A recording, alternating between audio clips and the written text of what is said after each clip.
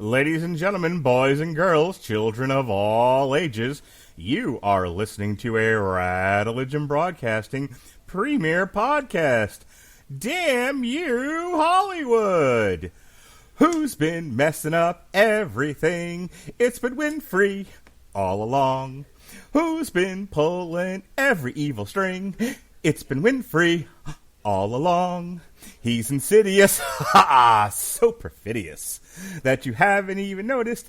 And the pity is, pity, pity, pity. It's too late to fix anything now that everything has gone wrong. Thanks to Winfree, ha! Naughty Winfree. It's been Robert Winfree all along. But don't blame him for killing Sparky. He didn't do that. He loves dogs. And now, here's your host, Robert Winfree. Yay! So, Mark, I understand now why you identify with Wanda in that show. There's a very specific reason. Yes, sir. Wanda gets hero points at the end of that crap for simply stopping torturing people. She doesn't actually do anything heroic. She just stops being a giant bag of shit. Yep. And you, one of these days, are going to throw me a similar bone and then go, you'll never know what I gave up so you could be free, Robert. And I'm going to punch you squarely in the dick. The hilarious thing about that is I have done that on occasion. It's just like, you know, I've said to you, like, oh, I've spared you this thing you didn't want to do in the first place and didn't have to do. Like, I'm so magnanimous. Like, I know. You are relieved of that particular duty, Robert Winfree. Go be free. And you're like, what the fuck, dude? Like... You give me one every 18 months, buddy. You drag me out for that. I get a reprieve from you the same way the kids get dragged out for the Halloween special. No, Robert Winfree, don't thank me. It's really, the pleasure is all mine. I'm so magnanimous. That's a brief preview of our upcoming review of WandaVision for all those of you listening. Listen, hang on, and in the spirit of my magnanimity, I spared you the other intro that I was gonna do until I decided no, he needs it was Agatha all along bit. I was gonna do a Fat Boy song. I was going to do a Fat Boy song, but I'm like, no, there's no way in God's green earth he's going to know what the hell I'm talking about, and then he's going to wonder why, you know, I'm making fat jokes at his expense when he is an athlete who does karate. So, like, you know, talk about not making any sense at all. So, you're Agatha. I'm vaguely insulted by that, but okay. Go on. Anyway, I'm Robert Winfree.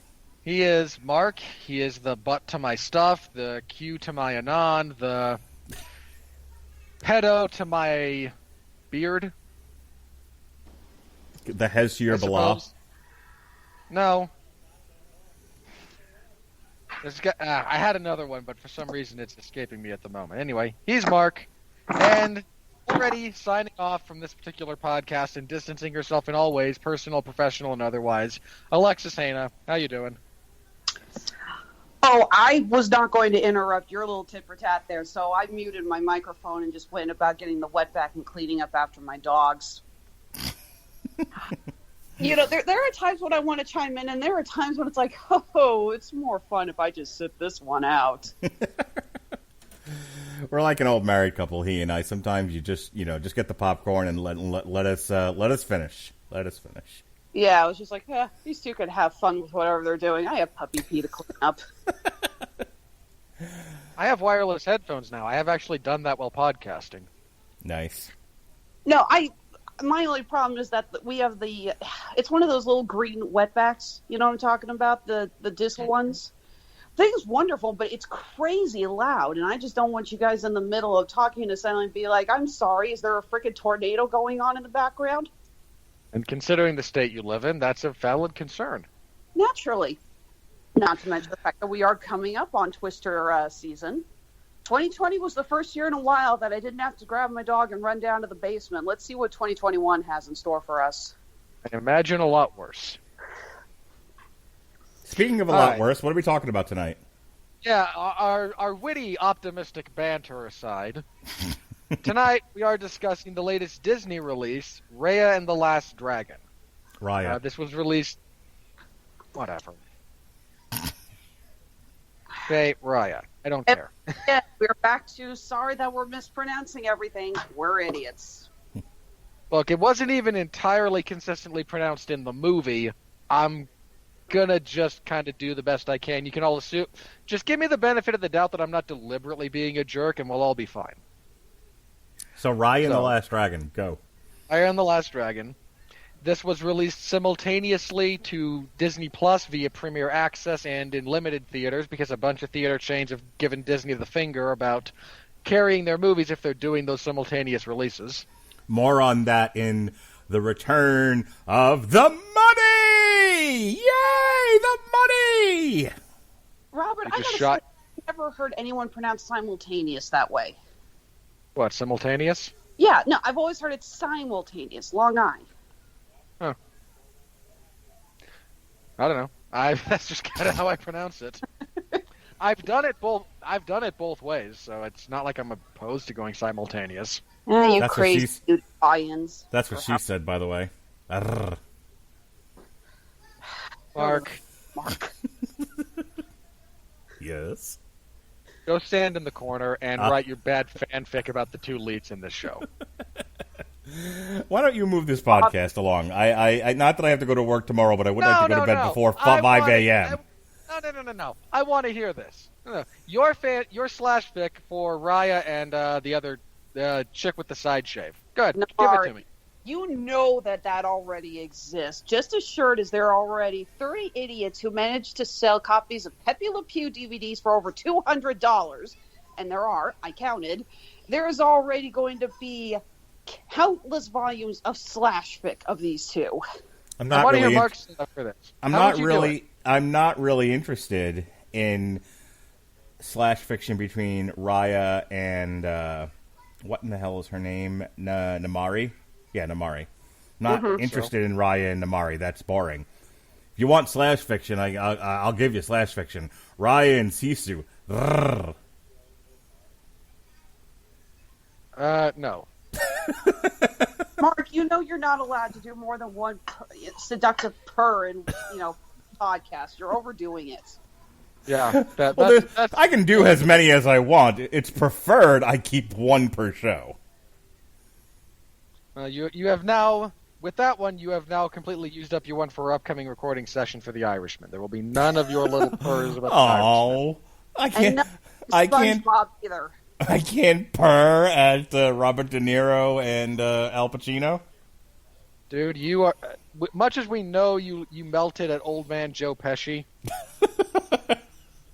No, you cannot. Anyway. No melting at SpongeBob or Mr. Krabs either. Oh, he's no. Mark's a Squidward guy. He ships Squidward and Patrick.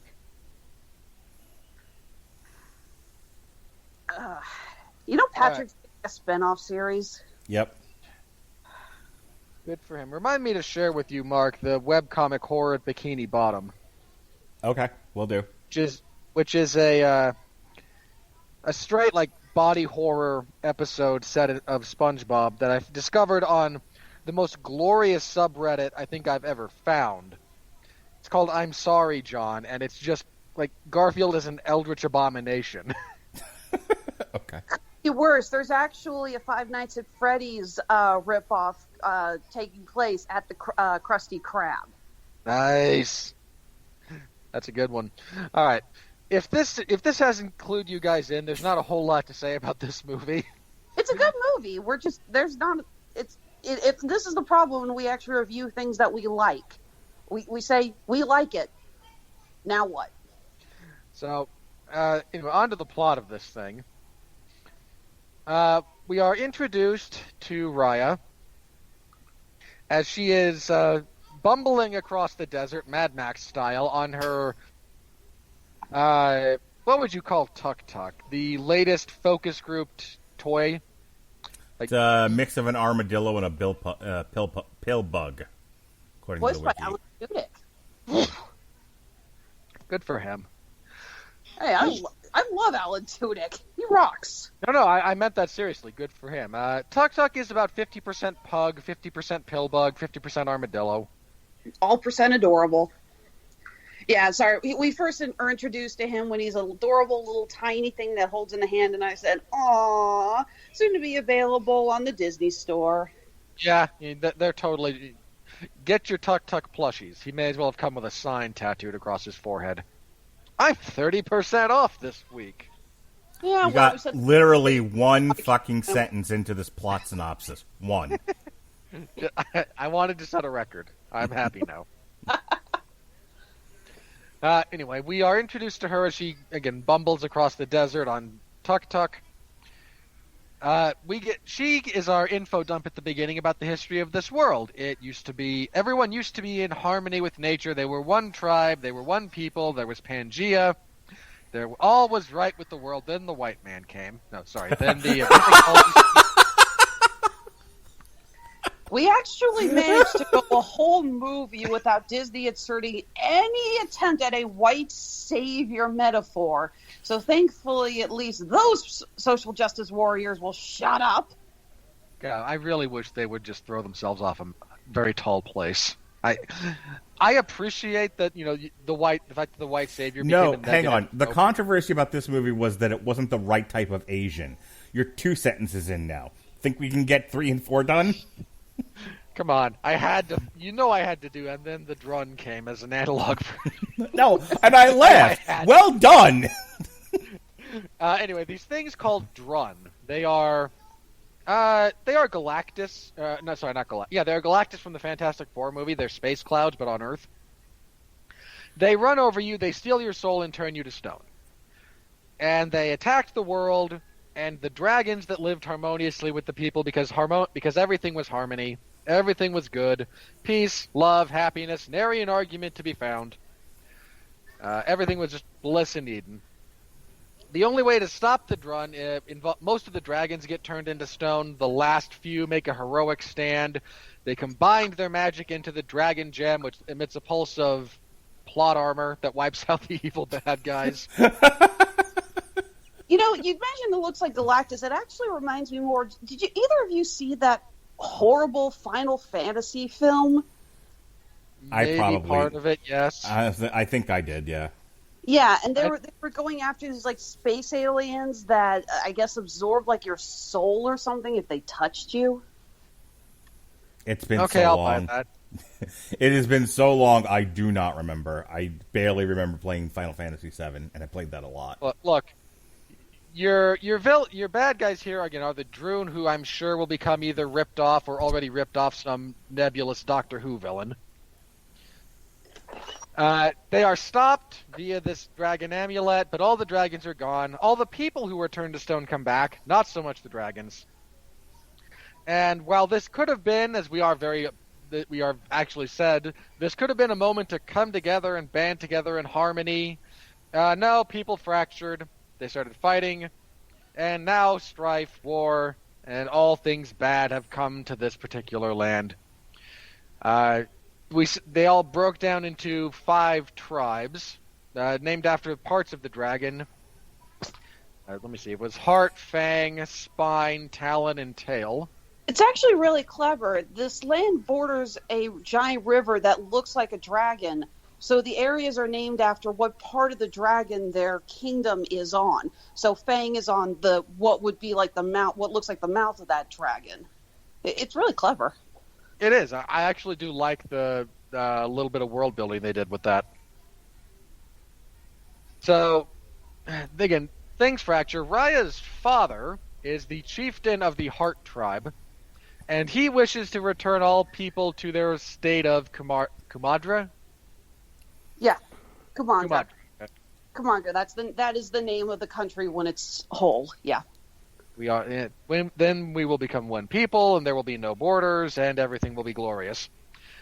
He invites a bunch of people over, apropos of nothing as far as we're aware, to a peace summit. This all goes disastrously wrong when Raya's newfound friend, whose name just immediately escaped me. Namari. I found it. Thank you. She shows Namari the dragon gem because they are both dragon nerds, and they've kind of bonded a little bit. Then the Fang tribe shows up, the others show up, and they all go, no, we should be the ones to have the dragon amulet. It gives us power, even though the Heart tribe very explicitly know that it doesn't. It just exists. They all fight over it, they knock it down, it breaks. When it breaks, the Droon return, they wreak havoc. Now we enter near apocalypse for this particular land. We flash forward. Raya is looking for... Raya, whatever. Is looking for the...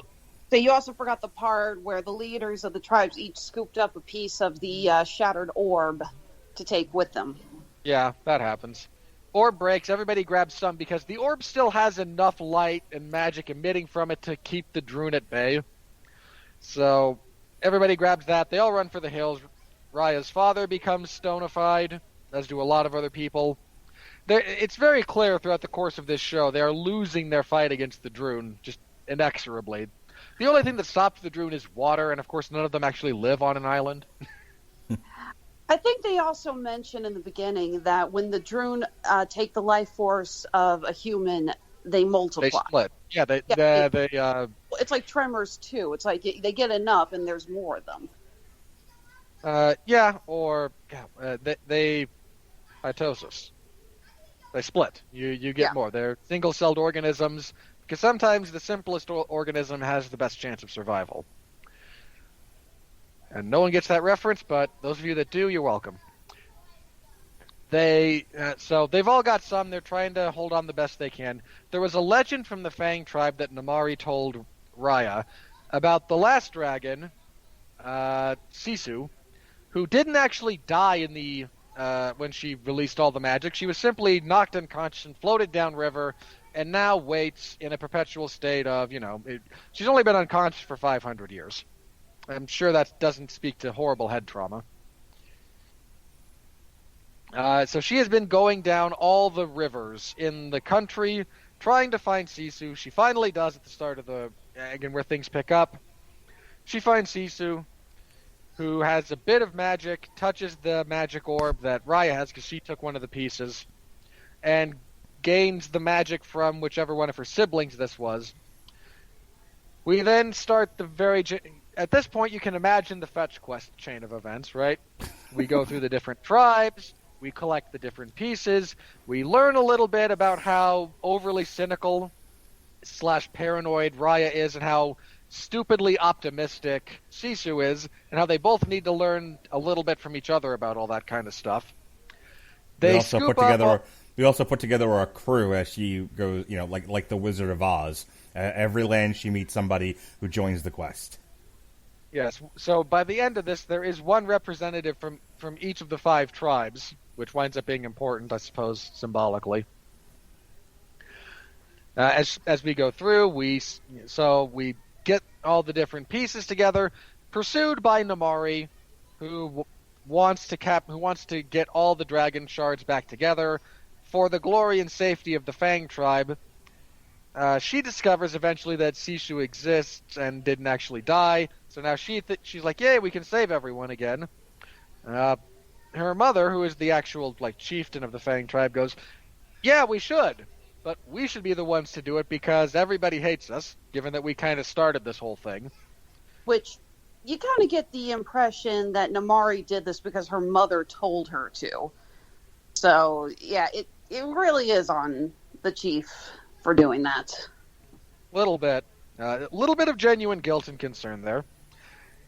But so we want to save everyone, but it does kind of we have to kind of be the ones to do it. Otherwise, everyone's going to gang up on us afterwards and try to kill us all because, hey, we caused the second apocalypse. Yay, us.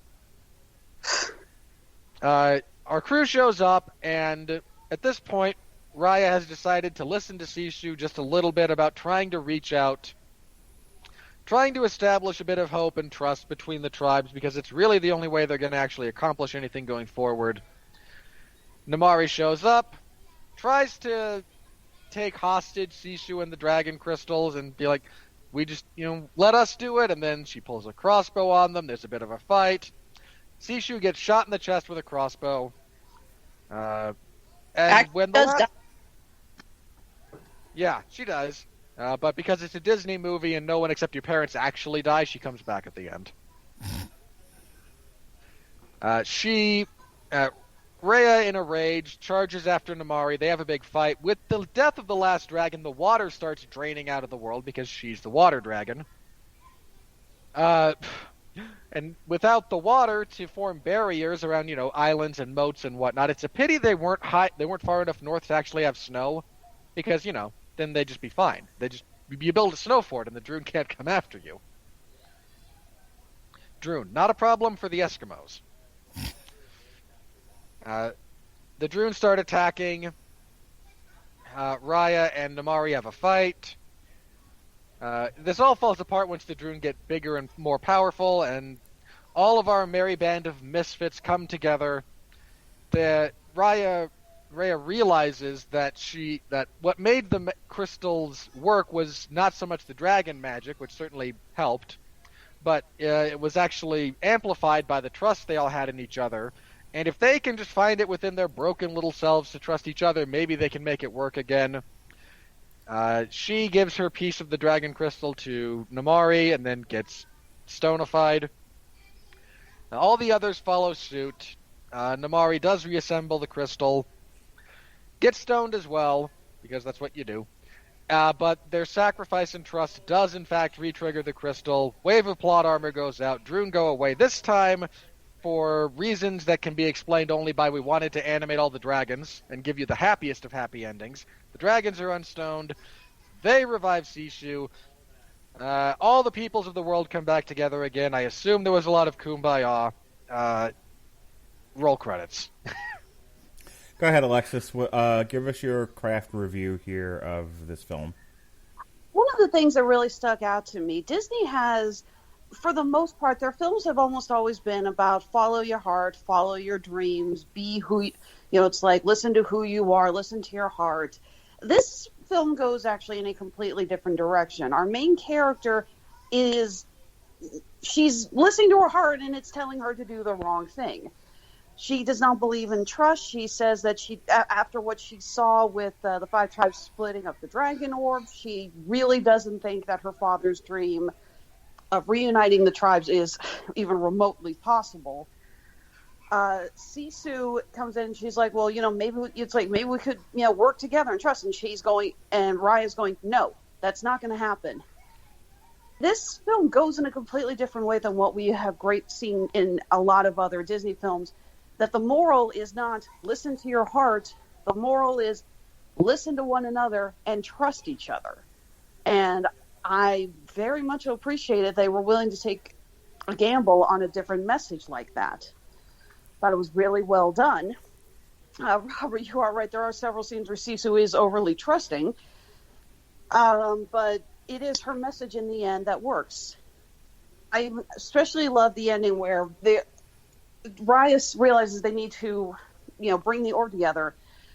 And in the past, she would have been seen as the Mary Sue, and everyone did, in fact, give her their pieces. Raya makes the sacrifice and gives her piece to Namaari. She's willing to turn herself into stone. She has no idea if Namaari is actually going to if the others will follow suit, if Namaari is going to do it. She goes on a leap of faith. And I was very touched that they were willing to go that way. Yeah, I liked the way they balanced it, because I think it was important that we did see that Raya's worldview is not just informed by the one time she got burned. I mean, granted, even if it was, that's a pretty traumatic time to get burned, but if you have only one traumatic experience and everything else in the world is telling you the opposite, you do kind of eventually stop manifesting your paranoia that way. Here, we do see that, no, her worldview about this it's not unfounded, and not just because, well, there was the one time with the one thing. Now, fairly consistently, there's a lot of problems. So Sishu does, in fact, need to learn a little bit about how the world operates at the moment. Or, otherwise, she's in tremendous danger. By the same token, you're correct. Her ultimate message is the one that is the only one that will work. That level of lack of trust does not facilitate helpful growth. So they do need to learn from each other, and fortunately, for all parties concerned, I suppose they do. Mark, you said I imagine your daughter was just like, I want this movie tattooed on my body.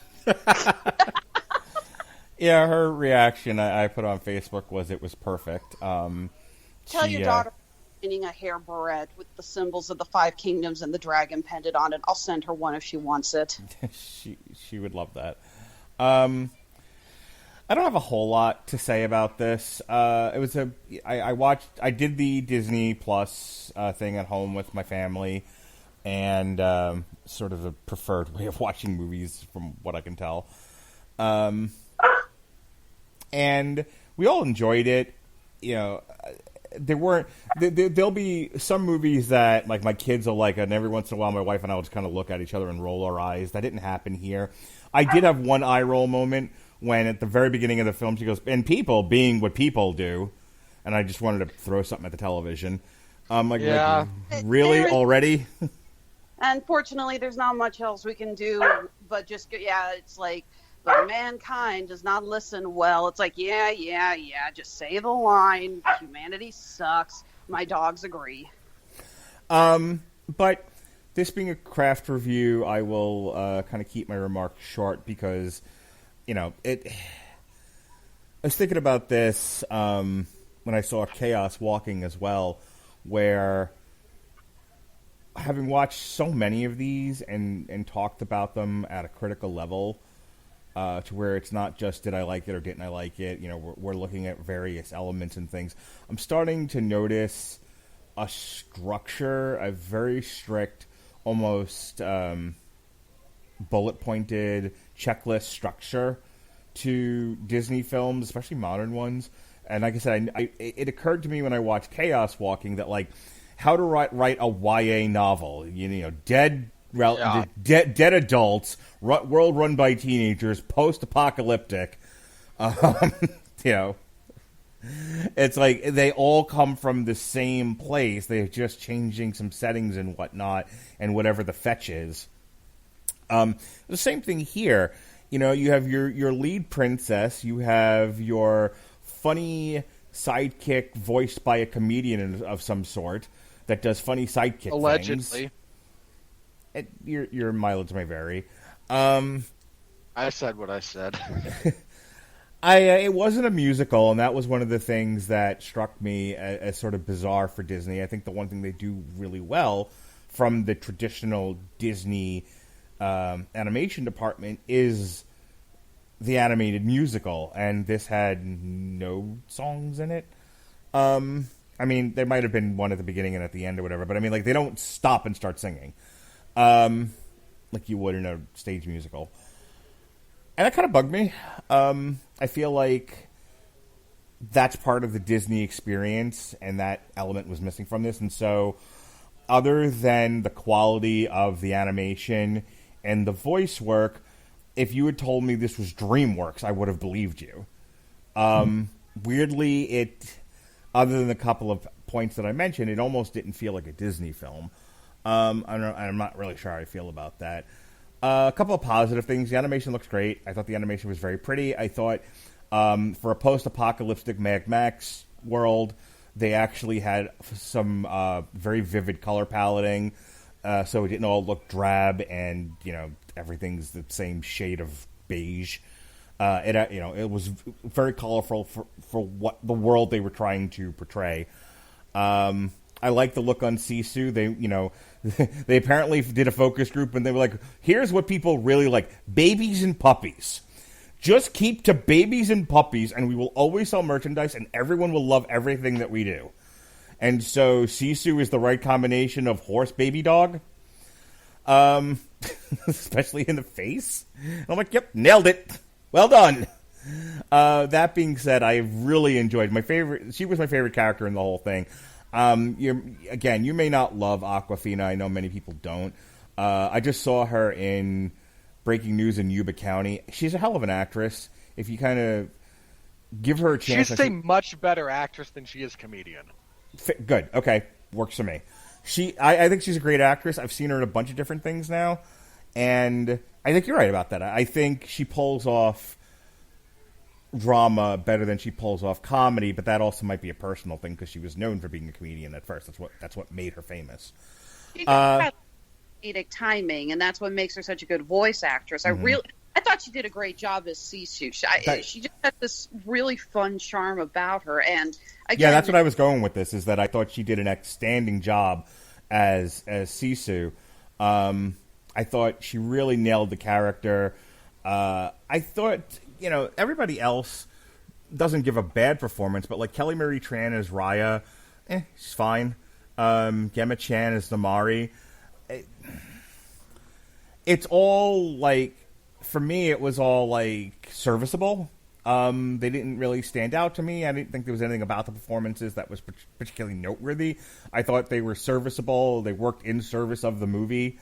And they're just kind of there. Like I said, Awkwafina was the one that stood out to me. The other one being Benedict Wong as Tong. And that just might be because I enjoyed his character. I thought he was funny. I needed more of him, man. I needed more of that guy. I had to look up that was Benedict Wong. He really sounds nothing like him. Yeah, I was just like, that's the dude from Doctor Strange? Really? He had such a great gruff growl to his voice. It's hilarious. It's pretty clear that his voice direction was, hey, you ever heard Mako? And do a version of that. I know. You still owe me a Samurai Jack show. Like I said, my kids loved it. My wife loved it. It didn't quite hit me in the feels the way a lot of other Disney movies do. I didn't have my good cry at the end. Like I talked about Soul.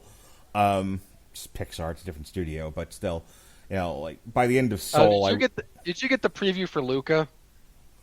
No, the new Pixar movie. Well, no, we watched it at home, so I didn't get any previews. Oh, okay. But I've seen the trailer, the one with the kids who are apparently like some version of Kappas or mer people. Yeah, the tentacle beasts. I can't wait for sound mythological, and you make it sound Lovecraftian. I can't wait for Pixar to turn Lovecraftian horrors into something I care about and cry over.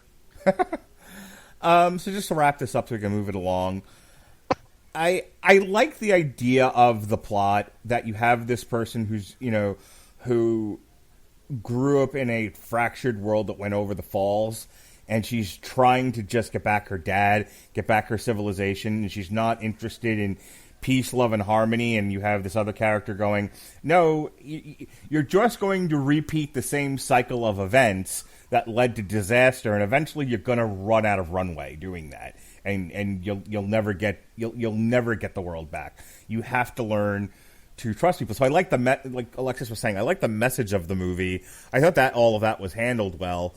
The only part that I was a little iffy on was Namari has her crossbow trained on Sisu, and Raya, Namari looked like she was about to shoot Sisu no matter what happened, and it's left a little ambiguous as to what she was going to do, because then Raya shoots her weapon, or whatever it was, and... Yeah, the snake weapon that would make Ivy Valentine from Soul Calibur blush. Oh, that's right, the sword that comes apart and turns into a... The sword chain. The sword chain, yeah. And so the crossbow goes off, and of course it kills Sisu, and it's made to look like had Raya taken a minute and just let things play out, Namari doesn't shoot Sisu. But I'm not convinced of that. They do a close-up of her hand on the crossbow, and she's got the thing half pressed, and I'm like, I got the point of the scene. I'm not entirely sure it was executed all that well. And that is literally my only criticism of this movie, other than it did not have the emotional heft and impact I'm used to with Disney films, and it was absolutely missing the musical nature of the typical Disney princess film. But if you're just looking for, solid animated feature to entertain you and your family, this works just fine. I don't think it needed to be a musical. I mean, one of my favorite Disney films to come out in recent history was Big Hero 6. I felt that the pacing of the film was really good. I'll agree with you, Mark, that they probably could have set up that scene a little bit better with the crossbow. Maybe Namari starts to take her hand away and she just flinches or something for a split second, and that's what triggers Raya. Because you're right, the point of that scene is that Raya, despite going with Sisu's plan, does not trust Namari. And she just immediately jumped the gun. Yeah. Yeah. Kind of literally. Sorry, go ahead. No. I was actually going to cue Robert in, so go ahead and say your point. Well, I think this film is... One of the things I really did appreciate about this film is that when I saw the trailers and I saw that Raya's fellowship was going to consist of a 10 to 12-year-old kid and a con baby with a fleet of monkeys. Oh, those babies and the monkeys were hilarious. Yeah, but I remember looking at it thinking, oh, God, this is going to be so stupid. I mean, if I just told you that the film's like, and she gets a baby who can run cons, who has these monkeys. Hang on. Family Guy. Animated world filled with dragons, magic exists. I'm going to believe, if you are going to tell me that there's a baby that has the wit and wherewithal to pull cons and she leads a troop of monkeys, I don't see why that can't be in the world they've created where nothing there are no rules. No, I'm not saying I wouldn't believe it exists. I just wouldn't believe that it wouldn't be stupid. I don't know. That's the thing. As I think back on the movie, the lead was kind of blah, but the surrounding characters were all great. We talked about Tong. I forgot until you mentioned it. I actually forgot about the con babies. I laughed at almost every bit they did. I even thought the kid had the little Aladdin Jr. there with the boat and the shrimp dish. I actually thought he had a lot of charm to him, and he was a fun character. So it's almost like the supporting cast is holding up the entire film for me. I'll give you that. And that's the point I'm saying, is that I actually really enjoyed the side characters. These are characters that if you had told me, like I said, you told me on paper, this is what's in this movie, I would have thought this was the dumbest freaking plan in the world. But you know what? It works. It really does. I want to pitch you. It's Mad Max, but it's China. And there's a baby. I'm like, wait, what? You guys keep saying it's China. I kind of got more of a, like, Philippines kind of. This feels to me. This felt, just looking at it, this is very kind of like Pan-Asian design. Yeah. You have a part that is very Chinese inspired. You have a part that's kind of Mongolian inspired. You have a group that's very Vietnamese inspired. Very Vietnamese inspired. Yeah, one that's like right, Indonesia. Let me read this to you. In the controversy section of the wiki for this, it says the film was criticized for the lack of Southeast Asian representation in the cast, as the film's setting is set in a fictional land that represents Southeast Asia. So, again, that's kind of what we're looking at in terms of Southeast Asia, is the Philippines, Indonesia, places like that. But the actors are mostly Chinese, or of Chinese descent. Can I just... I've yelled about this in the past. It's the only thing I'm going to say on this matter. And I almost refuse to hear counter-arguments, because I understand a handful of people that are coming from a genuine place of concern and care. Most of these complaints are stupid. This is voice acting. All you have to do is sound the part. That's it. Full stop. You hire the best person for the job. I mean, that's kind of it. If these were the best people, then, hey, you got what you got. I'm going to have to agree with you. I mean, I am glad that we're seeing more inclusiveness in voice acting, and I am glad that they went with mostly Asian actors for the roles. Kelly Marie Tran, Awkwafina, Benedict Wong, Sandra Oh. I was really glad to see that. But yeah, it's like, sorry that these are great voice actors, but they're not from the right part of Asia. Yep, I go back to Ruby Rose, not gay enough for Batwoman. There's representation, and then there's going crazy, and I feel like many of these controversies in quotes. What do you mean Dr. Hibbert isn't voiced by a black man? Yeah, I feel like that's all. They replaced what's his face Cleveland on Family Guy because the guy voicing him wasn't black, and it's like that was never the focus for me as a viewer. The focus was always on the storytelling and the comedy, just as Family Guy as an example, or The Simpsons.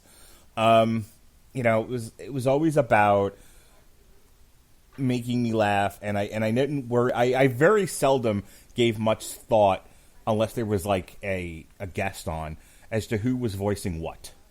It was tell me a story, make me laugh. And it's something like this. If you want to build a movie that caters to a particular audience in a particular part of the world, and you want to make it a pride moment by hiring actors of that realm, or the representative of that realm, by all means, I'm not standing in your way. I'm not shouting that down. But for people to then get upset that it wasn't good enough of an effort, that's where I'm like with Robert. That's where I stop listening and be like, you people are idiots, and maybe projects like this then aren't worth doing. Genuinely shocked no one Genuinely shocked no one complained about Maui being voiced by The Rock, who is half black. Just the right amount of Polynesian. He's half black, half Samoan. Genuinely shocked there wasn't an outcry about we would demand full Samoan represent. Like, come on. I mean, I suppose I shouldn't be surprised that there's no outcry about that, because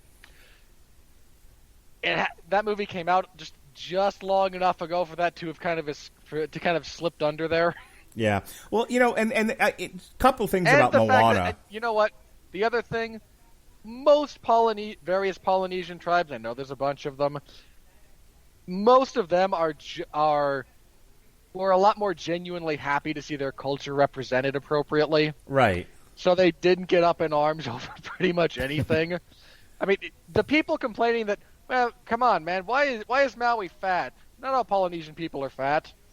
Most of the people complaining about that were not, in fact, various Samoans, Tongans, Maori, what have you, any of the Polynesian tribes.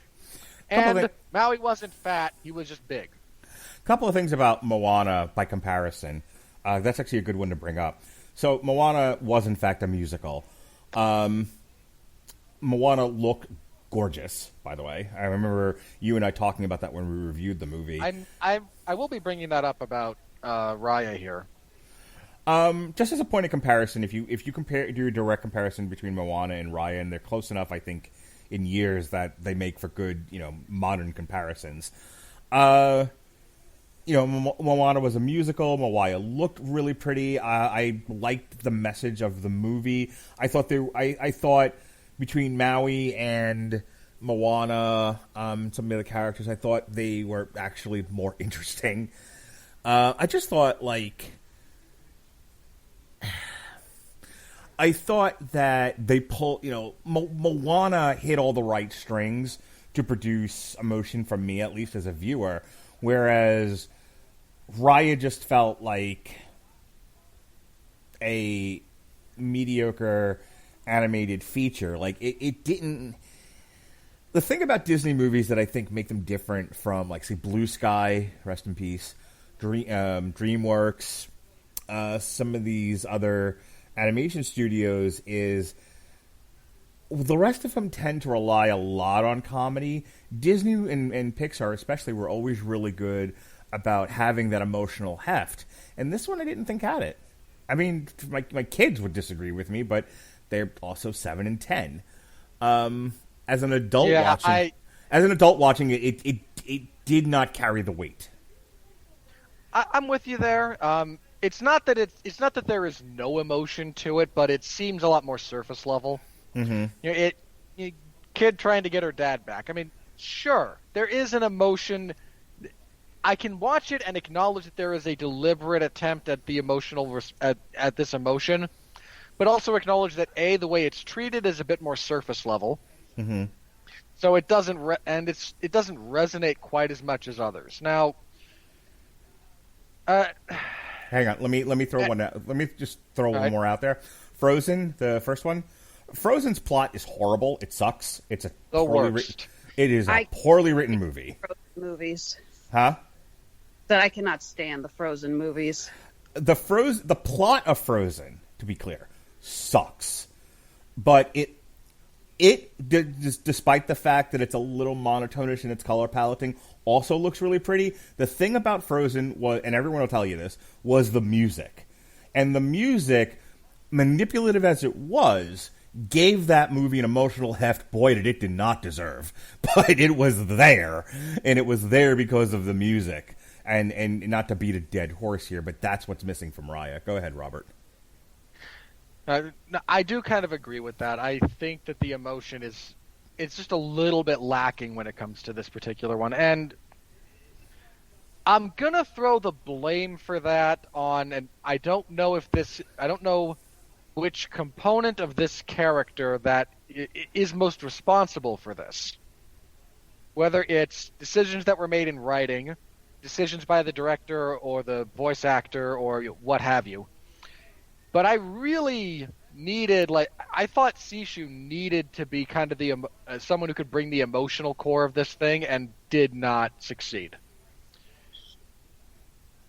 And there's been some comparisons to Sishu in Mushu and Genie. And just to focus on Genie for a second, Robin Williams brought, when he wasn't doing his manic comedy, actually brought an emotional resonance to the Genie character. 1,000,000%. Absolutely agree. If you don't tear up just a little bit when Aladdin asks him, "Well, what would you wish for?" and he just kind of pauses for a second and goes, "Yeah, freedom would be nice." All right.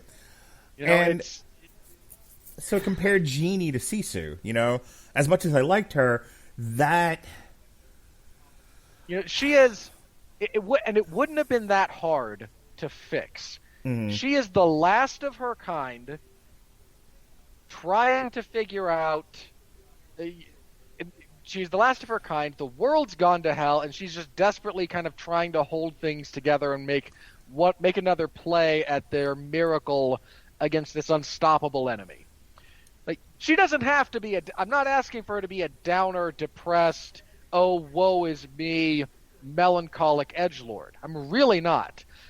But the closest you get to that character dealing with acknowledging even some of the emotional trauma and weight she has,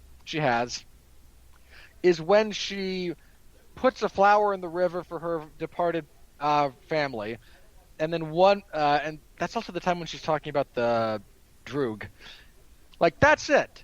Other than that, she is, well, even when she discovers that, yeah, most people are kind of crappy at this particular moment in time, her response is just kind of you were right. You know what? We should still try my idea. We just need to be smarter about it, which at that point is very in character and is, I think, the correct message. She doesn't become overly burdened down by the weight of, oh boy, this place sucks. Which it would have been very easy to have her fall into that, but you need something from that character to help ground a lot of the emotion for the rest of the movie, and she just doesn't have it. Now, again, I don't know if that's on the actress, I don't know if that's on the writing, the direction, or the editing, all of which contribute to these things.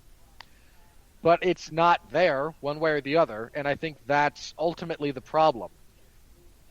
Really, the role of sidekick in most Disney movies requires you to bear the brunt of a lot of emotional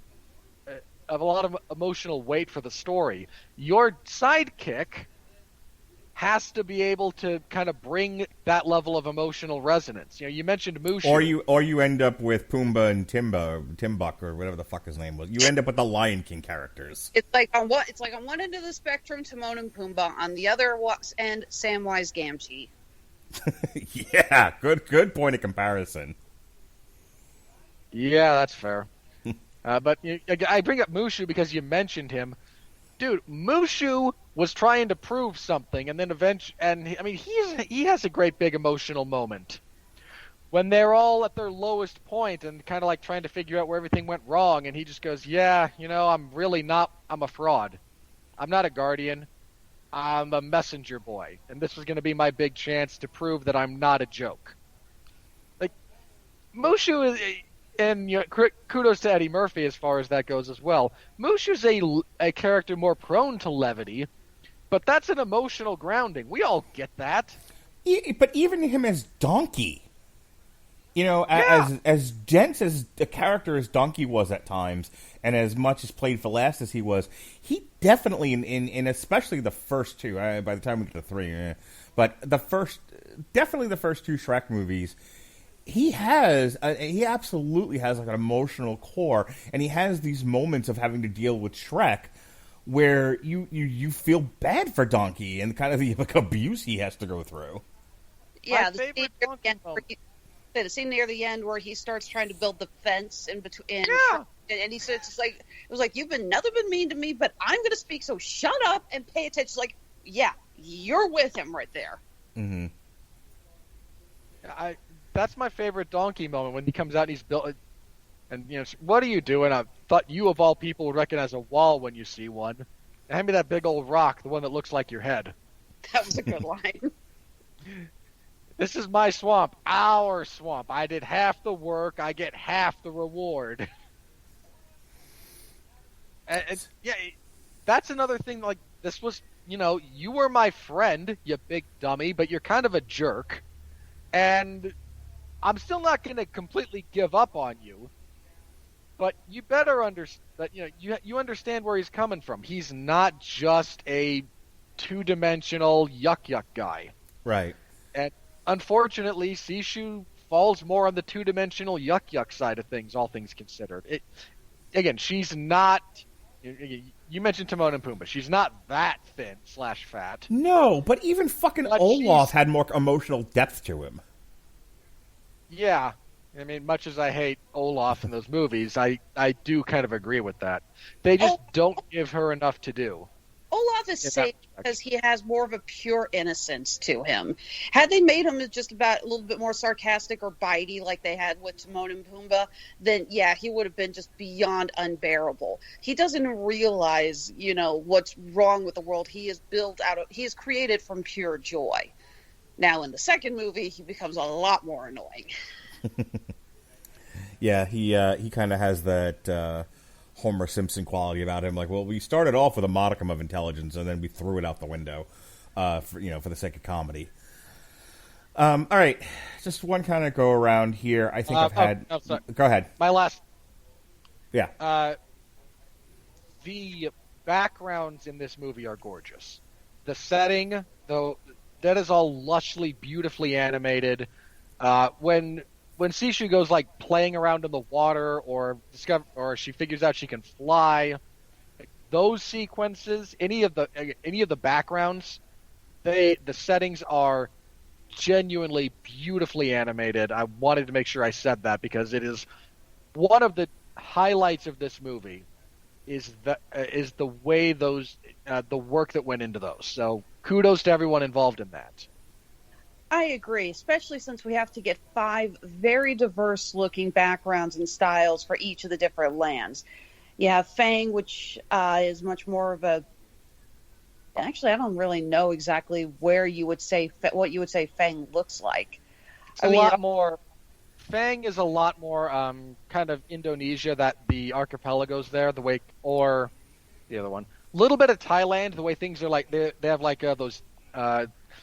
You can see some of their other architecture, not just the islands they live on. They've kind of tiered it up. They have, they're very much in kind of the delta portion of that. So I think a bit more like Philippines / Thailand is kind of where they drew a lot of the influence for that. Yeah, I mean, Tail is a desert land. Talon, very much of the Vietnamese river markets. Spine, you get more of the Mongolian mountains, and you get snow and a much colder weather.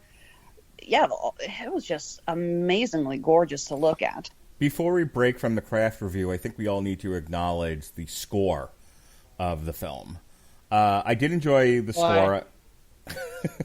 I did enjoy the score of the movie. I thought they did a really good job with the music. Alexis, the score of Raya and the Last Dragon was actually done by James Newton Howard, and I don't know if you know this or not, but the score is available for listening on AmazonMusic.com. Did you know that? Do you have to make it sound so freaking obvious? Yes. Yes. Dude, Mark is to subtle what a bull moose is to a china shop. Moving on. So yeah, the Raya and the Last Dragon, if you want to give it a listen, you should go ahead and sign up for a free 30 days of AmazonMusic.com using our link, which is getamazonmusic.com/W, the number 2, M Network. GetAmazonMusic.com/W2M Network. Get your free 30 days of AmazonMusic.com, and you can listen to Raya and the Last Dragon or any other album that might come to your mind. Amazon Music has it all, and it's available for you to listen to. James Newton Howard has a very long, very storied career. If you look at some of the stuff he's done, he did the Fugitive from 1993. He was partially responsible for The Dark Knight in 2008. Him and Hans Zimmer, which is a glorious, glorious collaboration. What was the other one? There's a really nice one that I know is his that I can't that I'm going to go through his list and find out just for the. If you want something funny, he did Waterworld. What's the really good one? He did Dante's Peak, which is a personal favorite as far as film scores go. So back to the controversy that I was talking about before. The film's theme song, Lead the Way, which is the first track on the soundtrack on AmazonMusic.com, is performed by, I don't know how to pronounce her first name. I'm going to go with Dma Aiko, who is also East Asian and of Japanese descent. And apparently people, not, I'm not entirely sure they were thrilled about that. Quick question. I'm sure there are, but do we know of any Southeast Asian pop stars with enough talent to sing for Disney? I don't know. I'd have to do some research. I was going to make a baby metal joke, but they aren't, and they are actually from Japan. And I get myself in enough trouble on this show, so I couldn't tell you. Robert? No. Well, I mean, I'm genuinely asking because if you guys know me, you know that I'm not a fan of pop music. I had no idea who that was singing the track over the credits. I remember thinking it's a good song and whoever's singing is doing a good job, but yeah. You and I had very different experiences with that song. Just going to throw that out there. What's wrong with the song? Yeah, I don't like it. What do you want from me? Okay. All right. I'm not here to critique the music.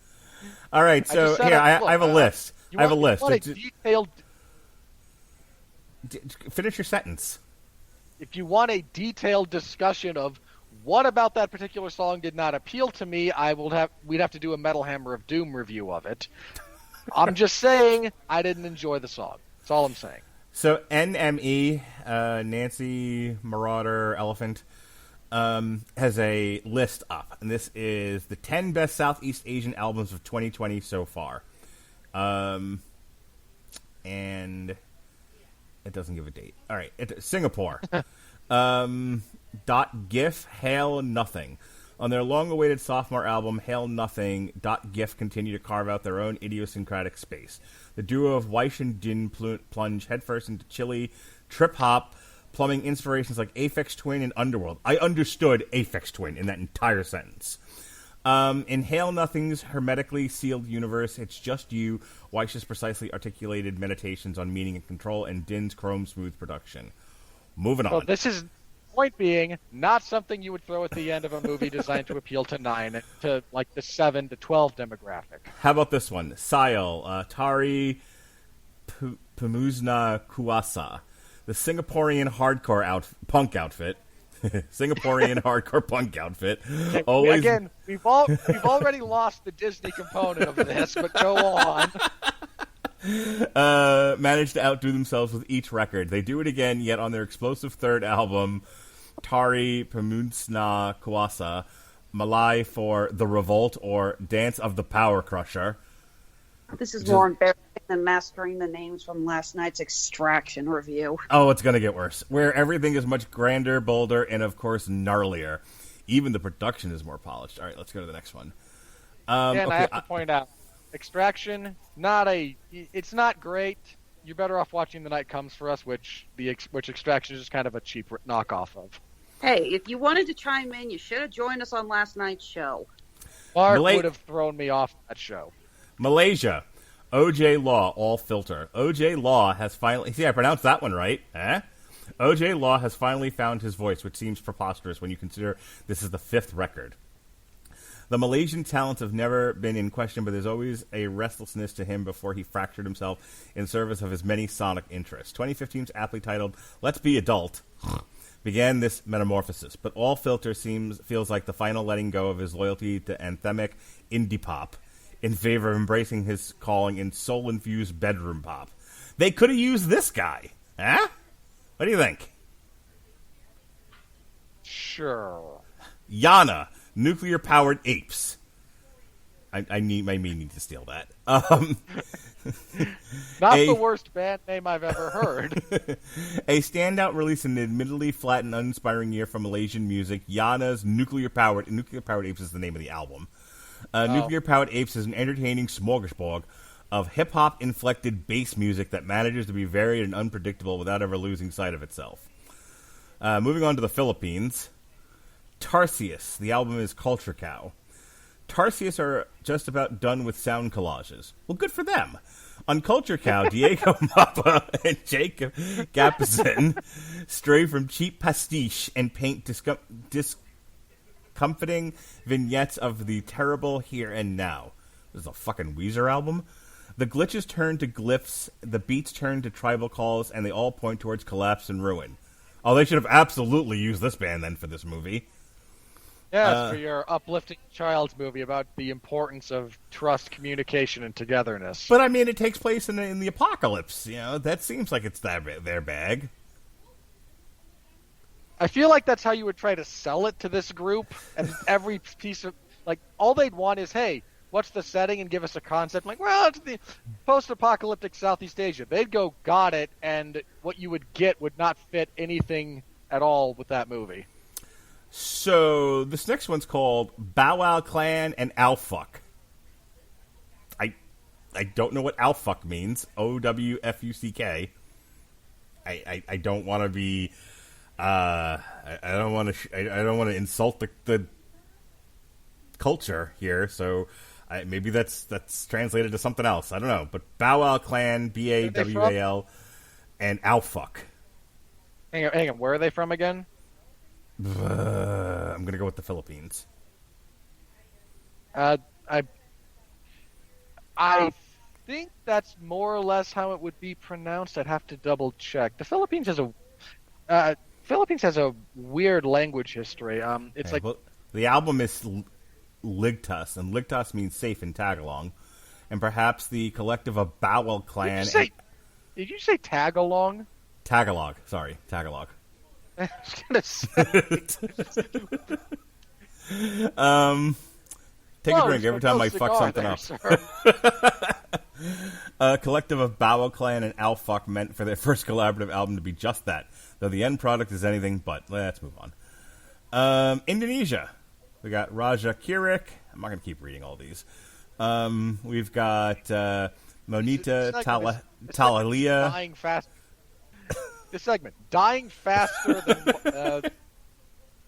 Here, this is the answer to her question. Okay, so this person from Indonesia could have done the soundtrack and apparently did music that was one of the best Southeast Asian albums of 2020 so far. Okay? So, let me read this, and then, we're going to bail out of this bit. Abort! Monita Tahalia. Dari Balik Jandela. While it can be hard to break out of the idol paradigm, Monita Tahalia is doing so in a quiet, confident way, like a Tori Amos, I think. I just put that part in there. I'm just guessing. On Dari Balik Jandela. Shut up! Bahasa Indonesia for From Behind the Window. The Indonesian singer-songwriter barely ventures out of the indie pop mold she's known for, yet there's so much in this effortless reinvention of an album to suggest she'll soon leave the coffee shop acoustic aesthetic behind. There's your answer, Alexis. We could have had... Oh, this one's even better. Thailand. No, stop. But English language debut of Thai-Belgian singer-songwriter Violet Wattier. Glitter and Smoke, Robert Winfree. Glitter and Smoke. I'm sorry. I stopped listening after your third massacred pronunciation because if I had to listen to any more of those, I think I was going to have an aneurysm. There is one more here that's absolutely unpronounceable for me. You want me to read it? What, is it all punctuation? That is not an accurate representation of how the Thai or Tagalog languages are translated into the English alphabet.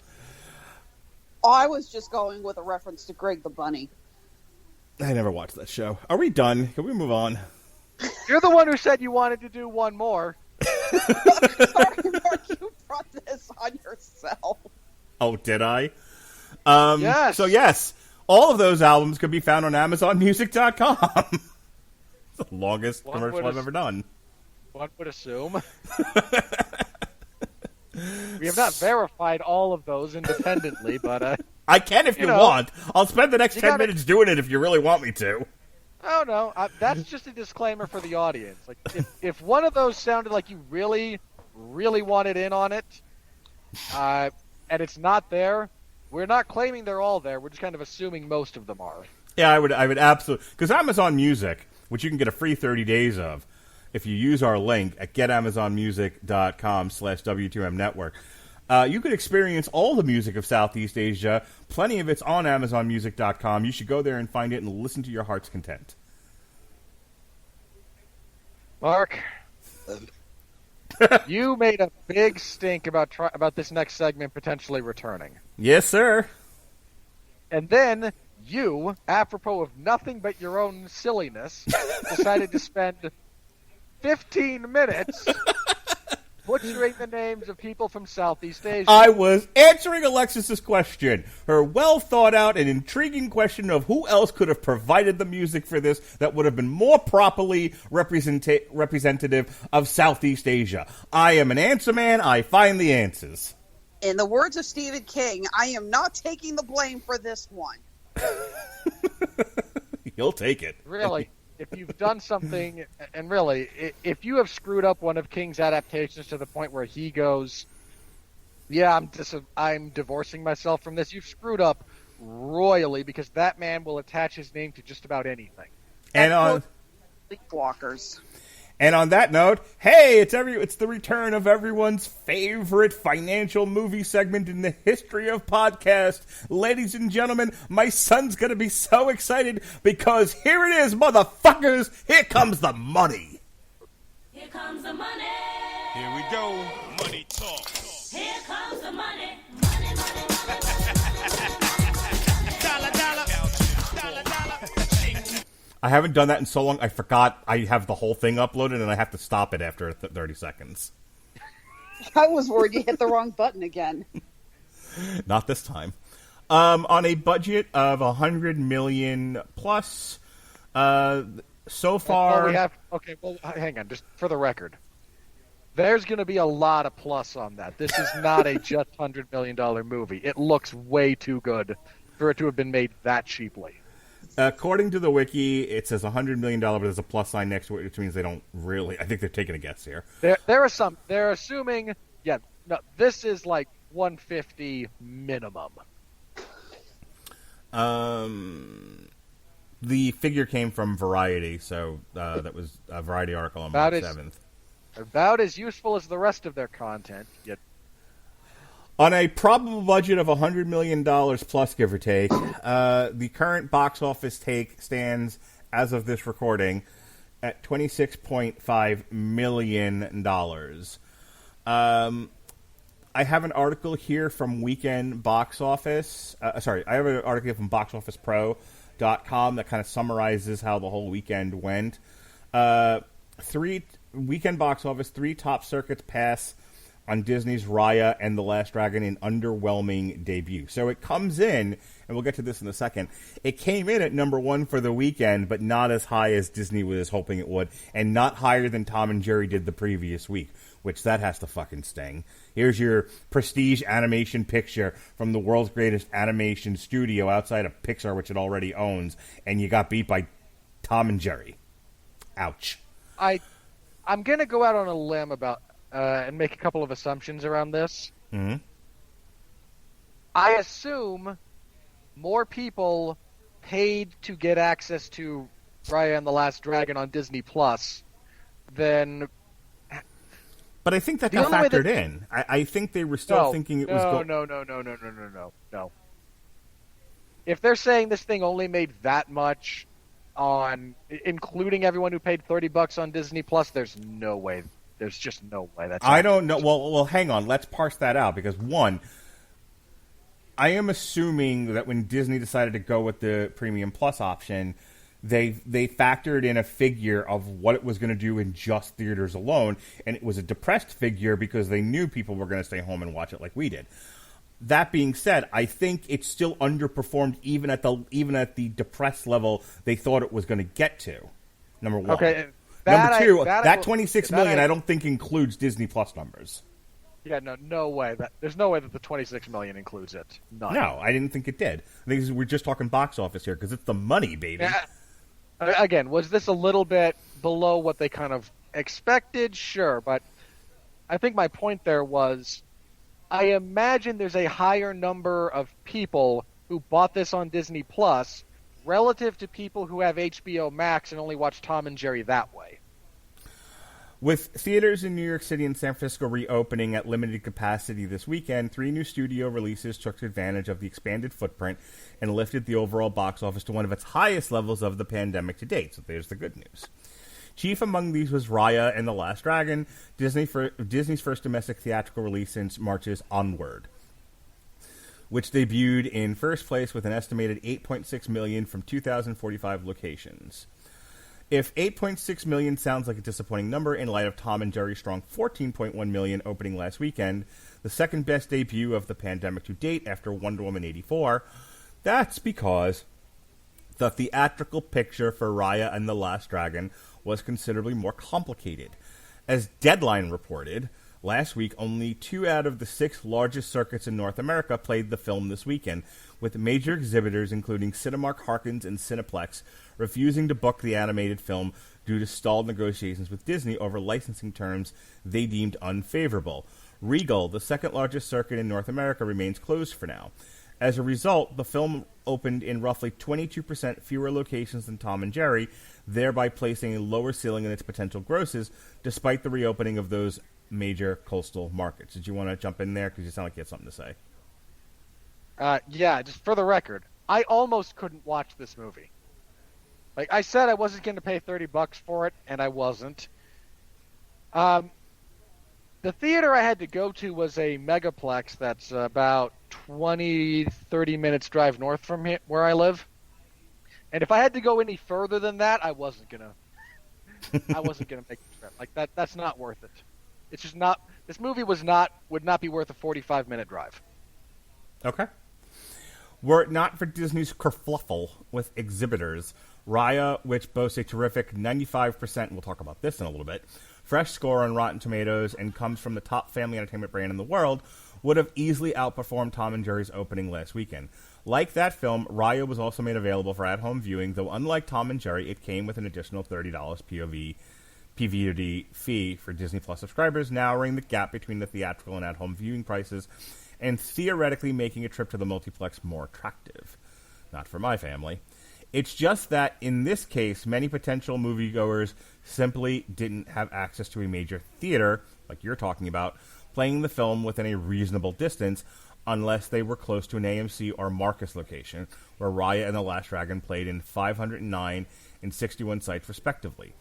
In light of this, it would have been interesting to know just how the film played on PVOD this weekend, though, of course, there's little chance Disney will be forthcoming with that data.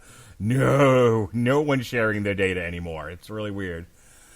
Following its far better than expected opening last weekend, Tom and Jerry fell to second place, with an estimated 6.6 million from 2,563 locations, and a 53% drop as it contended with Raya and The Last Dragon's entry into the marketplace. The top DMA markets for the Warner Brothers release, which is also available on HBO Max, were New York, Dallas, Chicago, Houston, Phoenix, Detroit, Salt Lake City, Greater San Francisco Bay Area, Philadelphia, and Atlanta. The Warner Brothers live-action animation hybrid now has 23 million through its first 10 days of release. Opening in third place, and I took my kids to go through this, and they really liked it. I was shocked, actually. Was the YA sci-fi title Chaos Walking, starring Daisy Ridley and Tom Holland, which grossed an estimated $3.83 million in 1,980 theaters, about what was expected heading into the weekend. Despite the presence of its two popular lead stars, the film may well have been dinged by a disappointing 23% score on Rotten Tomatoes. Lionsgate reports that the opening weekend audience for the film was 54% male and 58% over the age of 25. Yeah, just as an aside on that, I think Lionsgate kind of does the Sony thing of, throughout this pandemic, they've been trying to get streamers to buy their movies, and nobody fucking wanted Chaos Walking. They tried. Can't imagine why. I watched the preview, and I'm pretty sure somebody around me just died of boredom and just the sheer derivative nature of that piece of crap. Might have been because I strangled them, but I will admit to nothing. The final major new opener focus features Boogie, the new drama from Fresh Off the Boat creator Eddie Huang, debuted in 1,252 theaters and grossed an estimated $1.2 million, placing it in fourth. The reopening of New York City theaters this weekend seemed to have had a profound effect on the film's box office, with the market accounting for nearly 20% of the weekend gross, while 7 out of its 20 top-grossing theaters were in Manhattan.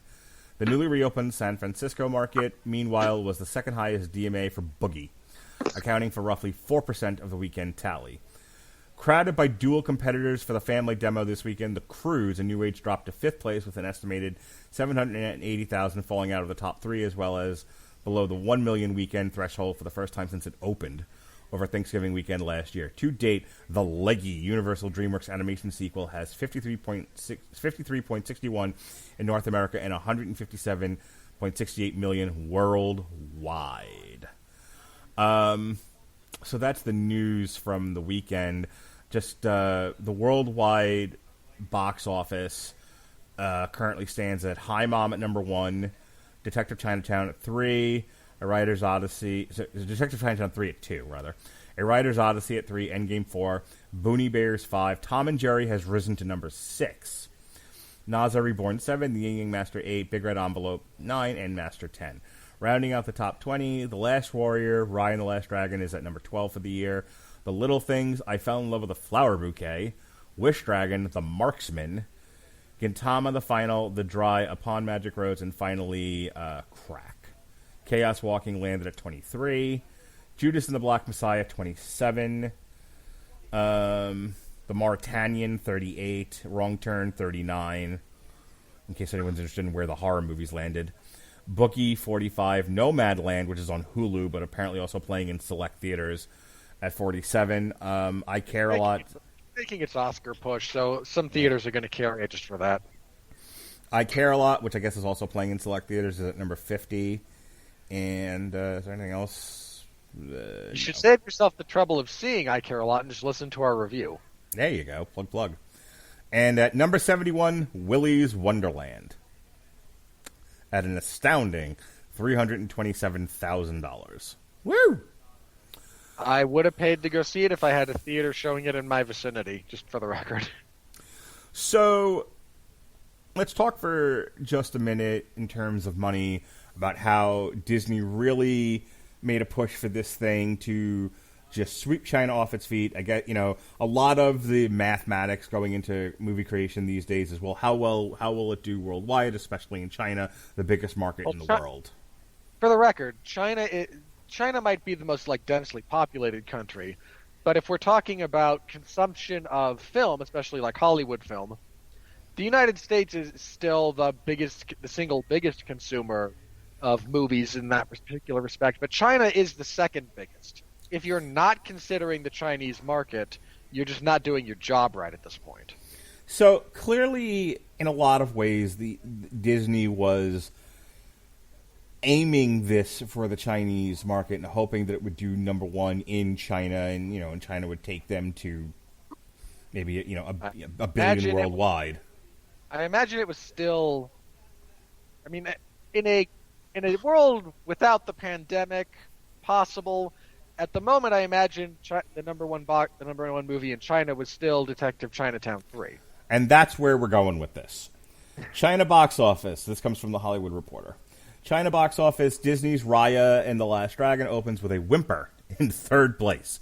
First place in America, despite, Disney Plus and all of that. Third place in China. China said to Disney, "You can bring us flowers and chocolates, but we're still not going to date you. Piss off. We like our own movies."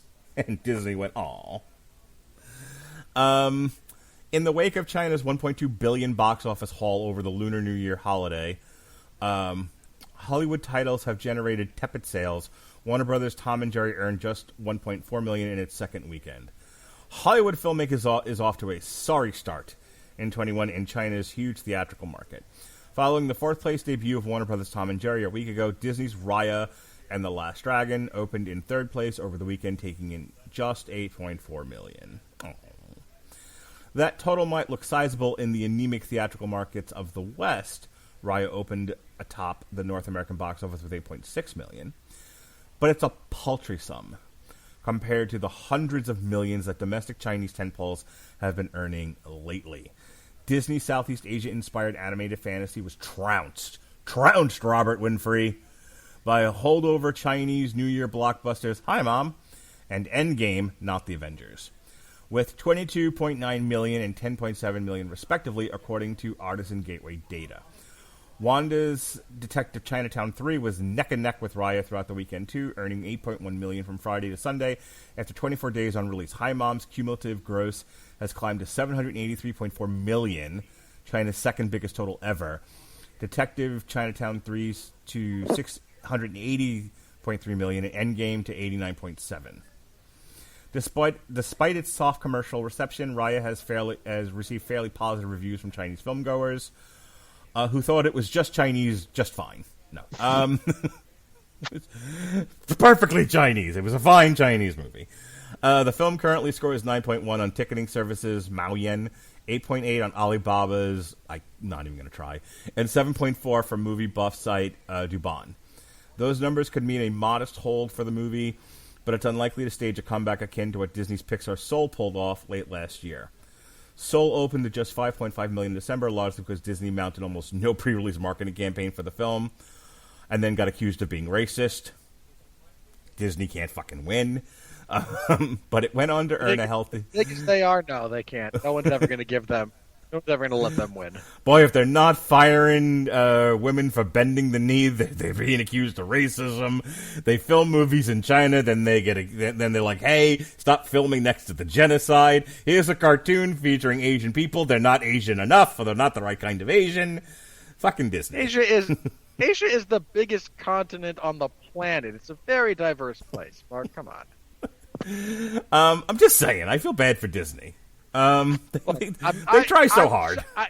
I understand the point you're making.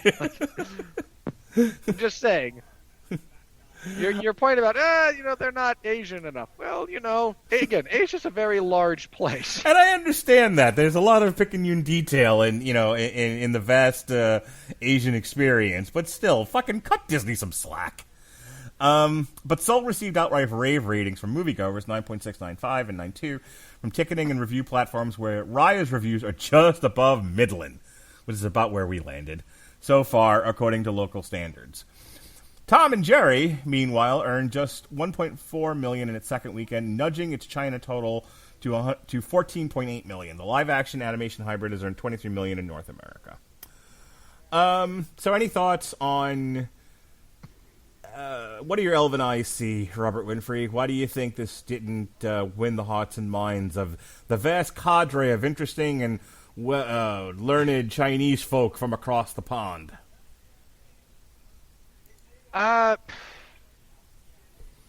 Partially, I imagine, I hate to say it this way, but, your joke about the wrong kind of Asian stems from a bit...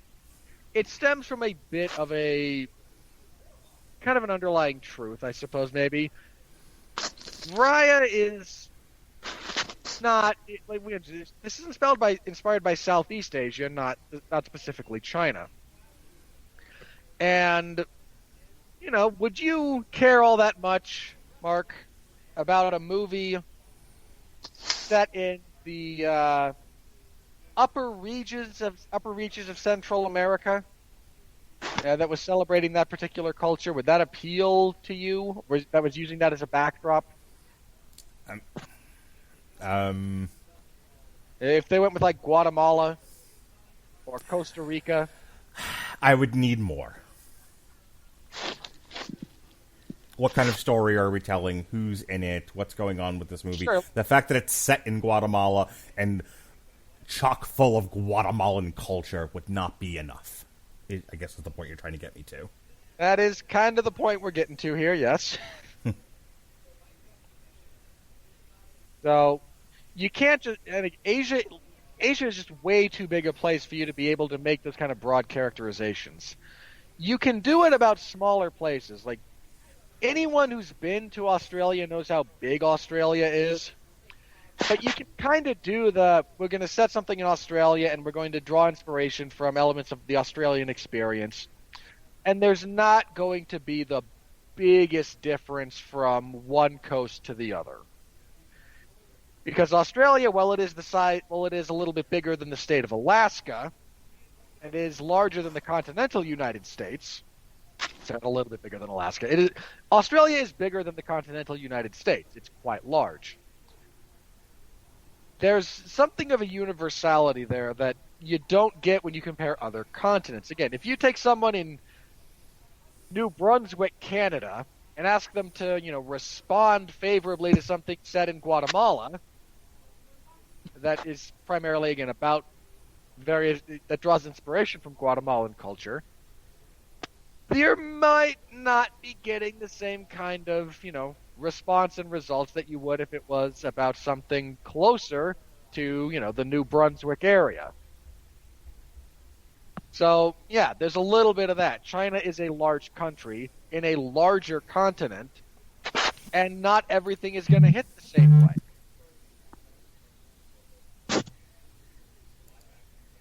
So, my take on that, for whatever that's worth. Okay. I think we've covered it here. As far as, as part of the money, we always talk about, like, projections, and I've said that's almost impossible to do now, and I'm not going to try. But I will tell you, here's what's coming up for the rest of the month of March. Next weekend it's all limited releases or no releases or Netflix releases. The two big ones are Yes Day, which stars Jennifer Garner and Edgar Ramirez, and that's on Netflix. We will not be reviewing it. And then there's Long Weekend. No, we will not. Featuring, directed by Stephen Basilone. It stars Finn Wittrock, Zoe Chow, Casey Wilson, Jim Rash, and Damon Wayans Jr. And that's independent film, independent studio. It's going to be in limited release. Zack Snyder's Justice League debuts on HBO Max on March 18th, and then the next day is The Courier, which that'll be in wide release. And actually, if you're an AMC Stubs member, they put out an offer today that if anyone sees it between the 18th and the 21st, you get 1,000 AMC points. So I'll actually be going to see it the Sunday I come back from vacation. So that stars Benedict Cumberbatch, Marab Nidz, Rachel Brosnahan, Jesse Buckley, Angus Wright. Wait. What? Who's the star again? Benedict Cumberbatch. No, the second one. Haven't I butchered enough names tonight? No. I want you to say it. Well, it's Georgian is the name. Yeah, I could tell that from how you butchered it. This person was born November 3rd, 1965 in Tbilisi, Soviet Georgia. He is a Georgian actor. Come on, I need the name. At least give me the first name. Marab. Okay, so we have Marab. Okay. And, come on, Give me the last. No, you only said the first name. Don't torture Come on. me. Come on. If it helps, I can give you a hint. Okay. V's are pronounced like W's. Z's or V's? V's. V's There's are no- pronounced like W's. There's no V in his name. Okay. It's Ninidze. I could probably do that if I wanted to, but I don't. All right, well, he's in it too. I couldn't guarantee it, but I might be able to do that one. And it's directed by Dominic Cook. So if you're into, it's put up by Lionsgate. If you're into seeing a fun spy movie set mid 20th century, can't remember which World War this is in. It might be World War II. Check out The Courier. That looks fun. And then for those of you who are into silly things, there's Happily, which is a comedy thriller written and directed by Ben David Grabinski, starring Joel McHale of Community fame, Carrie Bechet, Stephen Root, Natalie Morales, Paul Scheer, and Natalie Zaya. The 26th, you've got Nobody, which is the one they advertised during the Super Bowl, where Bob Odenkirk beats up a lot of people John Wick style. There's a Netflix movie called Bad Trip, starring Eric Andre and Lil Rel Howery and Tiffany Haddish. Robert Winfree will be reviewing that one by himself.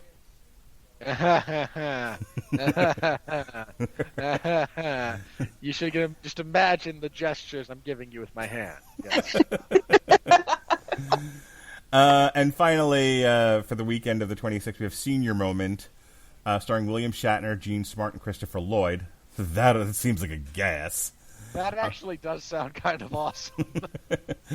And then the big one, the one that's really going to be the canary in the coal mine, the one that's going to, right now everyone sort of hems and haws over where we are with the temperature of the movie-going, of theaters, of the theater world right now.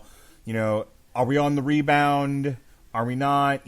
Just when you think everything's going to keep its date and, we're forward to May, fucking things change and people move things around. On the other hand, I'm seeing articles saying there's confidence in the theaters right now, so that's why they're moving things up, like A Quiet Place and Peter Rabbit both got moved up. So who knows? But I think it's all going to hinge on Godzilla vs. Kong.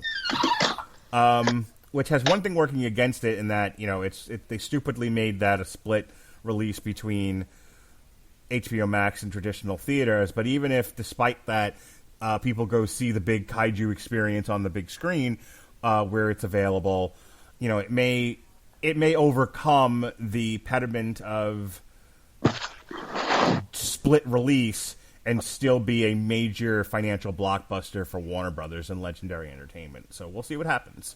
And then a few weeks later is Mortal Kombat, like I've said before, and then after that is Black Widow.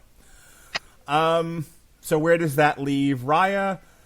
It's got there are no kids movies coming out between the end where we are now and the end of March, so it's got a lot of runway to try to build up as much of a war chest as they can before everyone stops going to see it and focuses on Godzilla Kong, Mortal Kombat, and Black Widow. Robert, you got anything else about the money? If not, we'll move on. No, I think you're right about the canary in the coal mine here. I think Kong vs. Godzilla is going to be the one that tells us a lot, and we'll just have to wait and see how that plays out when it does. I certainly plan on going to see that in theaters, again, assuming I can find one in my vicinity. Mm-hmm. If not, I do pay for HBO Max, so I will avail myself of that particular service if necessary. Yeah, I'm waiting for the tickets to go on sale early. I got T-shirts for the kids. I got to dig my own Godzilla vs. Kong T-shirt out of the closet. I have like a fight poster one. I am geared up and ready to go see this in the theater. Probably go see it in IMAX because I want the best viewing experience possible for it. Alexis, I'm assuming you're going to go see Godzilla vs. Kong on the big screen? Oh, absolutely. I am dying to see some mega monster maul and brawl on the big screen. You gonna bring the husband? The only monster maul and brawl I've been getting is Eddie versus Cleo, and it's getting old. Are you gonna bring your husband? quickly. Huh? Of course, I'm bringing Andre. We're both huge kaiju movie fanatics. You gonna go as like a big group of with other people? Because I've heard you say you've got some friends that actually will brave the wild frontier that is the modern theater. You guys gonna go in a big group, or just gonna be the two of you? It's probably going to end up being the two of us. Most of my friends who are interested in braving the theater are working crazy work hours right now, and I don't think I'm going to be able to get a huge group together where everyone is either free and or can get a sitter. I'm actually working the night that it comes out, and so I'm not going to see it on the 31st. I'll wait till Friday. You're going to go see it the Wednesday it comes out? Possibly. I think Andre and I are going to take a look at our schedule and get something put together. But yeah, I am dying to see it. It's going to be awesome. Can't wait to see if the theories about Mecha Godzilla are true. I'm sure they'll be just as true as Mephisto and what was the other stupid one that everyone did? What was the other stupid fan? Mephisto and the X-Men crossover. I was thinking of a different show than the stupid fan theory that everyone got pissed off about. Probably Game of Thrones is what I'm thinking of. Robert, what were you going to say? I assume you were getting pissed off about Game of Thrones. You're one of those people. Everyone got pissed off about Game of Thrones. The ending was crap. I thought it was just fine. But hey, we're not here to litigate that. Here we go with the critical review.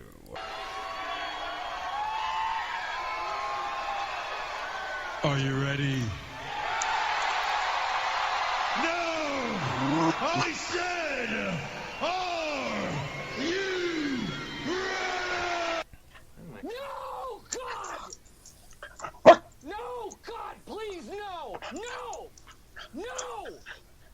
No! The critical review of Raya and the Last Dragon on Rotten Tomatoes is brought to you by Grammarly. For you listeners... You didn't let me set it up. I was going to throw it to you. You want me to do it over again? Nah. Let's just go. Maybe next time I'll do it. Okay. For you listeners of Damn You Hollywood on the Radulich Broadcasting Network and the W2M Network, Grammarly is offering a free download of the Grammarly software. Grammarly's AI-powered products help people communicate more effectively. Grammarly helps you write mistake-free on Gmail, Facebook, Twitter, LinkedIn, and nearly anywhere else you write on the web. Grammarly corrects hundreds of grammar, punctuation, and spelling mistakes while also catching contextual errors, improving your vocabulary, and suggesting style improvements. So to download Grammarly today, go to getgrammarly.com/W2M Network. Again, that's getgrammarly.com/W2M Network to download Grammarly for free. And I'll tell you what, I'm sure a lot of these reviewers could have used Grammarly to help them construct more coherent reviews. Don't you think, Robert? I just kind of assume so at this point. Any poor editor that has to deal with any of these morons, just use our link. You get 30 days and watch their drivel transform into something whose stupid point you can at least understand.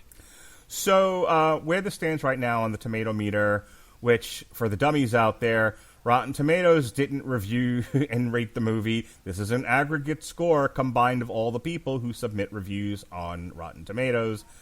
For God's sakes, get a hold of yourself. Guys, if you're confused about this, please go back and re-listen to the review from a few years ago that Mark and I did of Mad Max Fury Road, where he had a connection over the score, and I had to explain to him how aggregates work. Actually, a thing we had to do. Sure. This tomato meter currently stands at 96% with an audience score of 500-plus ratings of 84%. So once again, people didn't hate it. They thought it was fine, but the critics just fell all over themselves to hail the mouse. But there are... You got to know where your bread's buttered, right? Indeed. But there are a handful of naysayers out there, Alexis. Oh, my goodness. There are some people who did not pay proper homage to the mouse, like Evan Dossie of Midwest Film Journal. Forgettable and frustrating, despite its beauty and charms. I would push back on the forgettable part of this, actually. This may not be like the most memorable Disney movie, but I'm hardly going to say that it's forgettable. And really, better question is, what frustrated you about this, sir? I mean, in all sincerity. Yeah, I was going to say... It seems like a very odd complaint. Yeah, I can't honestly think of any part of this movie that would be considered frustrating. Well, I'll tell you what. I'm not just kind of reading through these as you guys are talking. I'm starting to notice a pattern here because Ian Simmons of Kicking the Seat said, "Get off Twitter and write a better movie." I mean, that's not a very good review. Get off Twitter and write. Write a better review. It doesn't actually address any problems. And really, Grammarly can help you with Twitter too, and Lord knows you all need it. You know what? We're going to switch gears here. We're actually going to read the positive ones here. Yeah, Eddie. I'm switching gears here. Stay with me. Stay with me, Eddie. I have Cleo on my lap, and they're trying to play with each other, and yeah, he's just making this little whimpering noise while she's biting his neck. Always go for the neck. Molly Templeton of Tor.com. Seeing it on screen cracked something in me that needed cracking. Especially after this last year, I hope it does the same for you. Okay, that's not really a good... that doesn't actually address the questions here. Just says I liked it, which is fine. I appreciate that you liked it.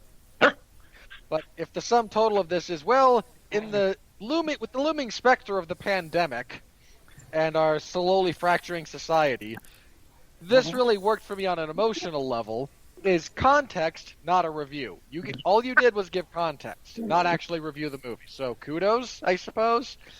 Not really, but, sarcastic kudos. Norman Wilner of Now Toronto. The latest feature from Walt Disney Studios Animation is a rousing quest picture, somehow riffing on both Avengers Endgame and Mulan. Okay. No. What? I'm sorry. Apparently, the fact that this is an Asian character automatically means that it takes reference from Mulan? Yep, all Asian people are the same. Every last one of them, and all their stories are the same. And they all have the same experience. They're practically Borg. I mean, I can somewhat see the Endgame thing in the sense that, they're trying to bring everyone back, and that's what Endgame was trying to do. But no, there's no similarity between Raya and Mulan apart from the hemisphere in which they were born, ostensibly, right? That's it. You have an aesthetic comparison, nothing else. Totally different life experiences, totally different plot points, totally different stories. Well, Robert. No, sir. Fail. Well, Robert, you must understand that Willy's Wonderland... I must understand nothing. You must understand that Willy's Wonderland and The Irishman are practically the same picture because they both exist in North America. Mark, that's the most compelling argument you've presented in decades, and it's still wrong. Stephen Rommel of the Australian... Shut up. Top critic. Yeah, oh, yes, it took you 3 seconds. I was waiting on just how long it was going to take you to go, hey, wait a minute.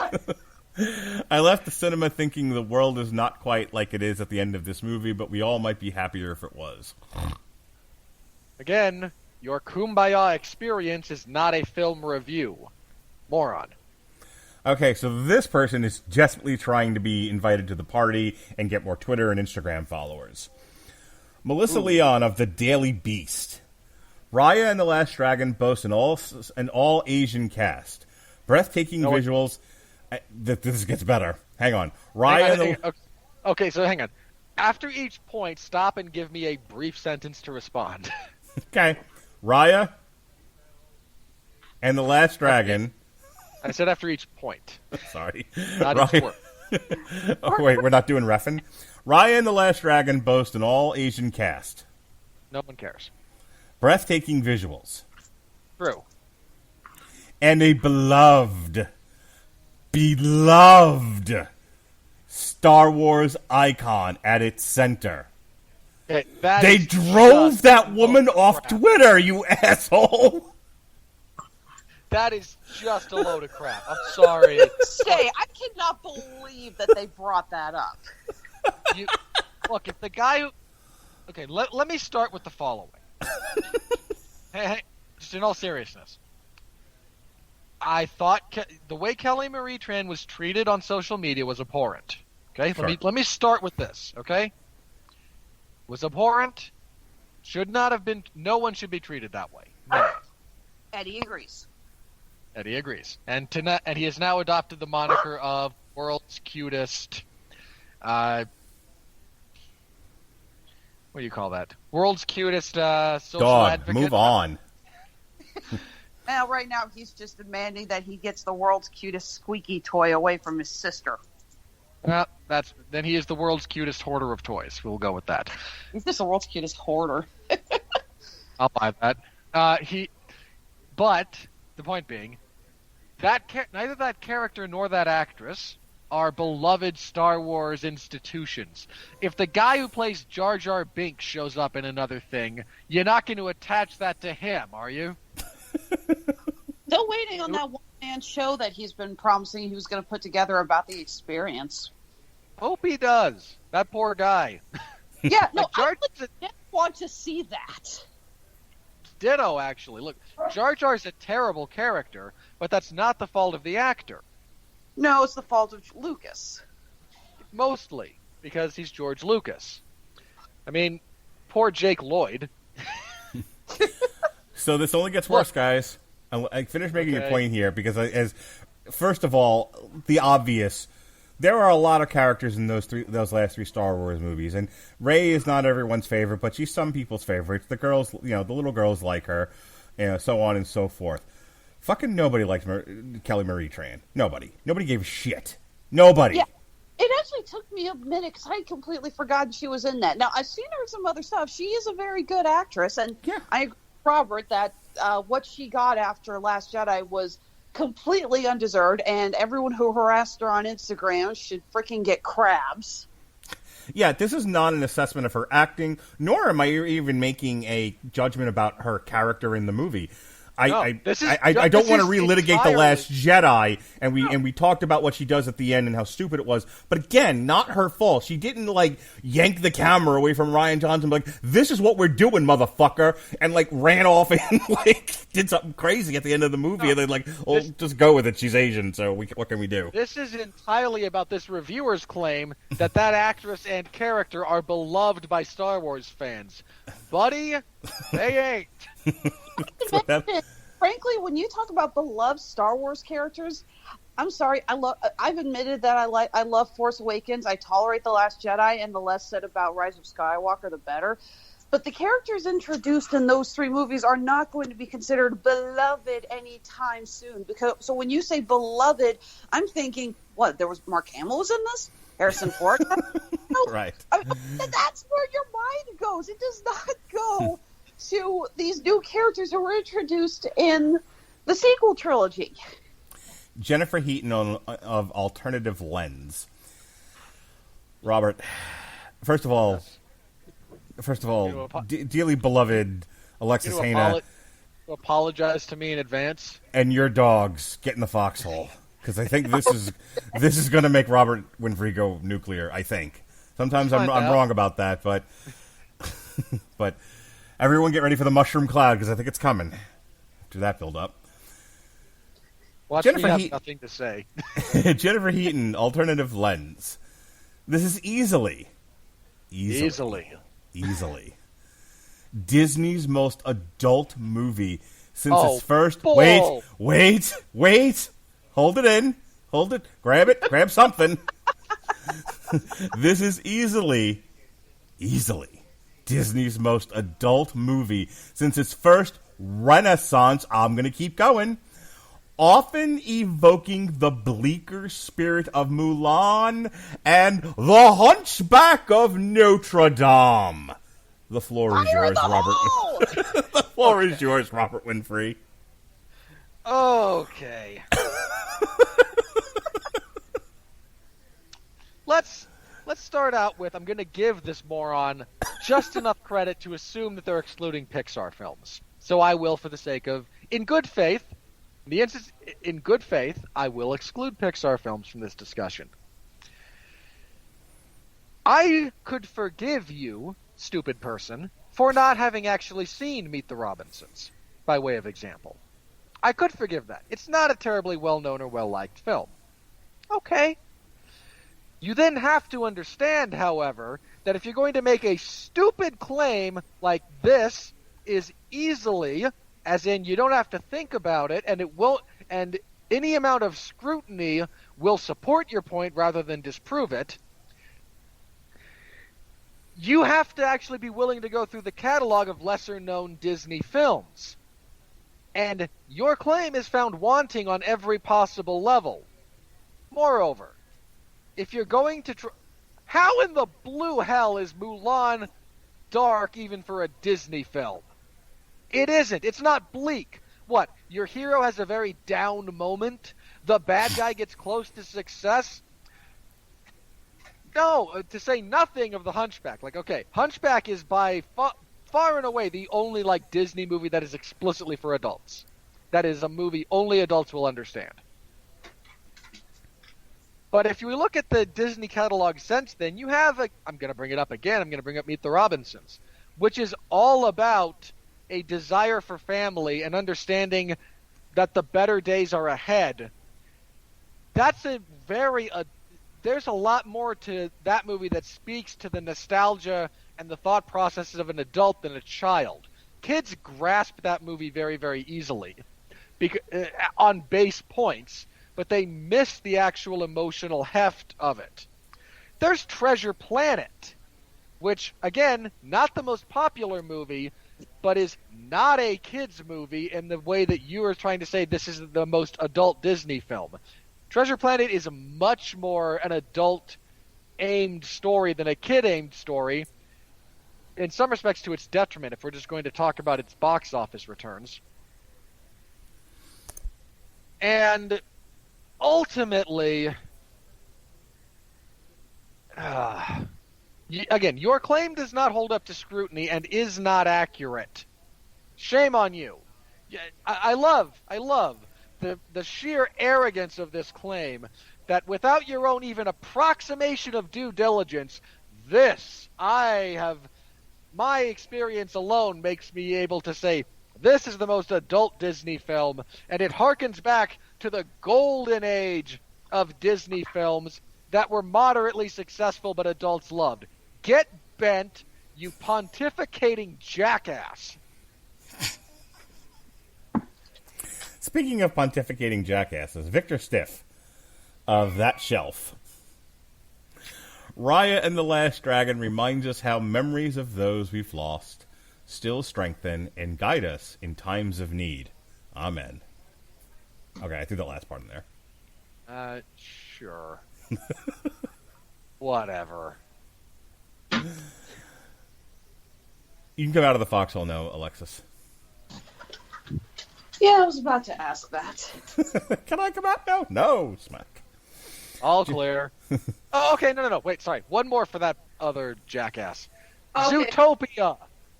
Moron. Johnny Gay's Monica, fanboys of the universe. This guy.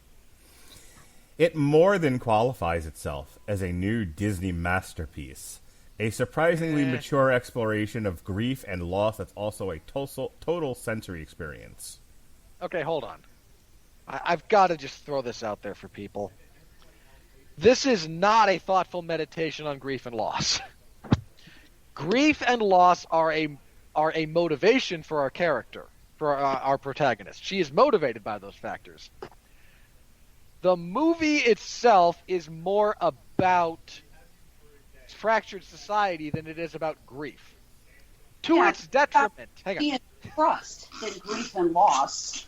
Yes. To its detriment, I think this would be a better story if they actually gave you a bit of meditation on grief, loss, and what it means. They don't. They use it as motivation. It is the impetus for our protagonist's actions. It is not the emotional substance nor message of the story. You copy-pasted half your WandaVision review for that, didn't you? That's what you did. I was thinking that.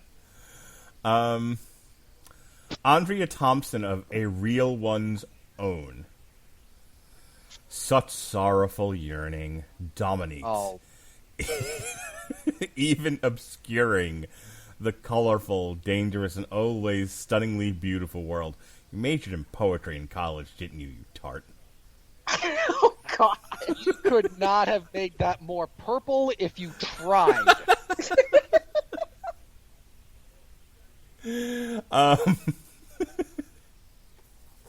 John Luke. Flowery language is just, it's so at home in a movie review, isn't it? Not at all jarring or unhelpful.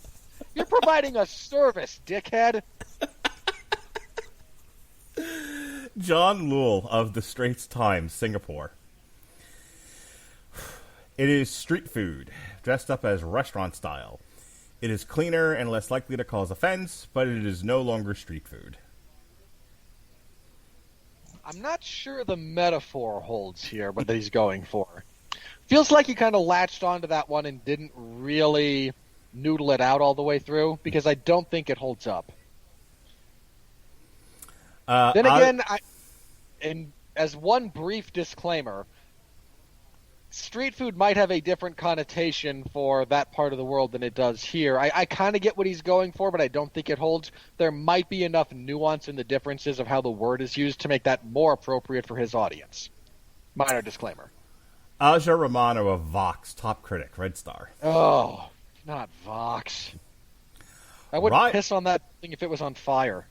Raya herself is a wonderful protagonist, easily one of my favorite Disney princesses by a mile. By the time I was near...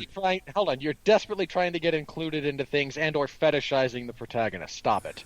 By the time I was near the end, however, the film's innumerable borrowed tropes really began to get to me. It's a Disney movie. Of course there's nothing but borrowed tropes. Lindsay Barr of the Associated Press, top critic. Alexis, do you not understand that it's also the best kind of feminist film in that it's one that doesn't clobber you with a message? Do you not understand what she's trying to tell you here? Raya is allowed to be awesome without the script shouting about it all the time, and it's better for it. Don't you understand? I actually agree with that, for the record. Okay, what part of that was the review and what part of that was you just talking out of your ass? Who, me? Yeah. I'll do it again. It's also the best kind of feminist film in that it's one that doesn't clobber you with the message. Raya is allowed to be awesome without the script shouting about it all the time, and it's better for it. No, the end credits song is what clobbers the message over it, but no, I guess I can't really argue with it. I do kind of agree with that, actually. Look, Raya's a great character who happens to be a girl. That's the way you write great characters. Those kinds of traits, be they male, female, sexual orientation, race, whatever, write a great character first. Let that other stuff be in the background. Otherwise you wind up just, when you reverse the process, you usually make bad characters.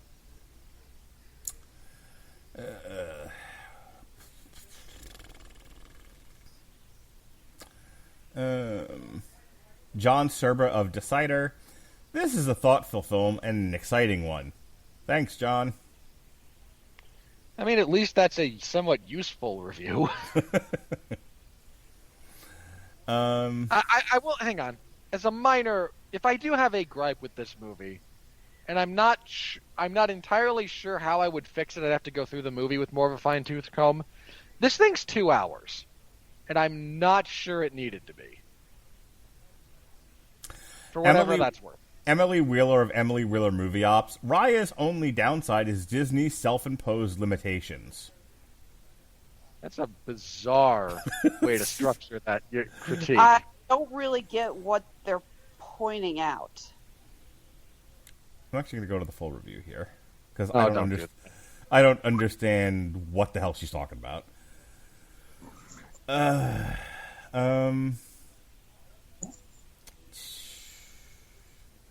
All right, this is going to take forever to deal through. It's someone's personal blog. Moving on. How do these people get on Rotten Tomatoes? Dude, we could get there if all we would need is to pay a service to transcribe our podcast and submit it, and we'd be on there. Patrick McDonald of WBGR-FM 93.7 FM, Monroe, Wisconsin. Everything to love about great animation. Spectacular scenery, memorable characters, and a heart-filled lesson about empathy and unity. Oh yes, and kid hilarious fart jokes. I mean, it's one sequence. Yeah, Matt Riley sort of like he needs to point that out. Yeah, I mean, really, it's one sequence. That does not need a note in your review, sir. It just doesn't. Yeah, I actually thought the idea of the toot and boom was kind of cute. Admittedly, when they're running from the big group of them, and all of a sudden you hear the colossal amount of fart noises. I'll admit, even then I was going, okay, really? You couldn't refrain from just letting the sound effects guy go nuts on that, but whatever. Again, it's one sequence. If it had been a recurring thing, I think it would be properly pointed out here as a problem. For a one-off gag, come on, man. All right, this is the last one, and then we're going to call it for the night. Alan Almachar of The MacGuffin. Ooh, I wonder what that is. Movies of this caliber, Robert Winfree, they don't come often. Oh, well. But when they do. Pixar released 2 last year. But when they do, cinema, which is an event, is made better because of it. No. Okay, look.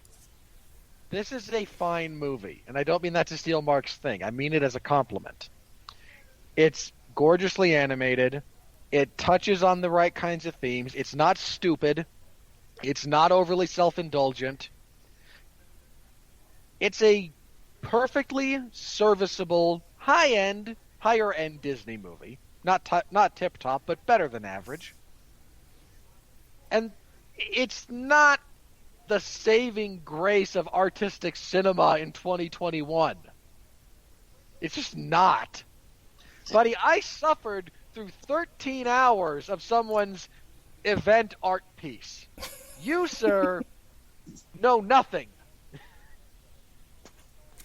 Kevin Marr of Times UK, top critic. You will watch the last 30 minutes of the movie on the verge of tears. No. 5 out of 5 stars. I will not, and did not.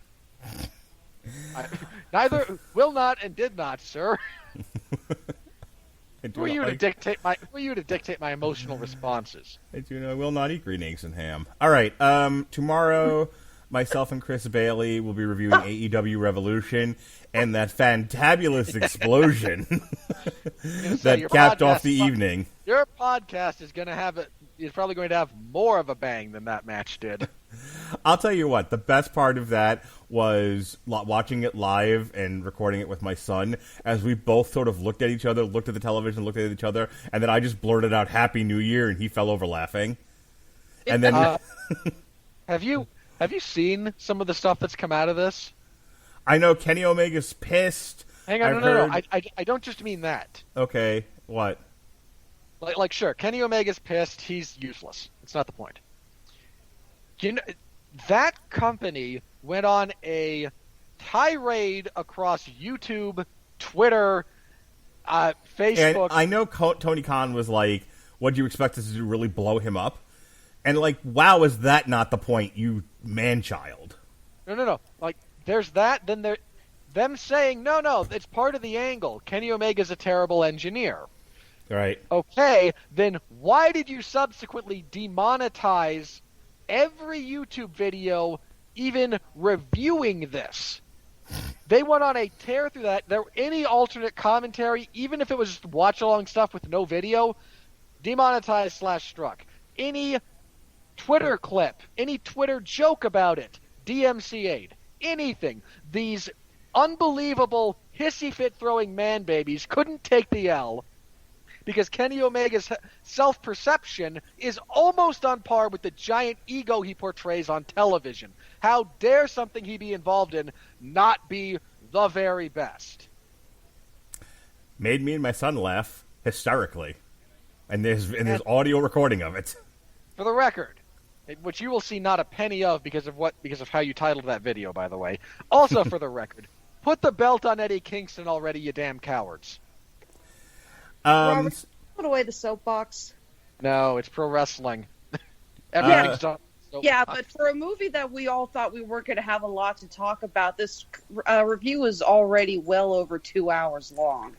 Over 2 hours. We've been talking. We've been talking for well over 2 hours, but we took like a half an hour just to get started.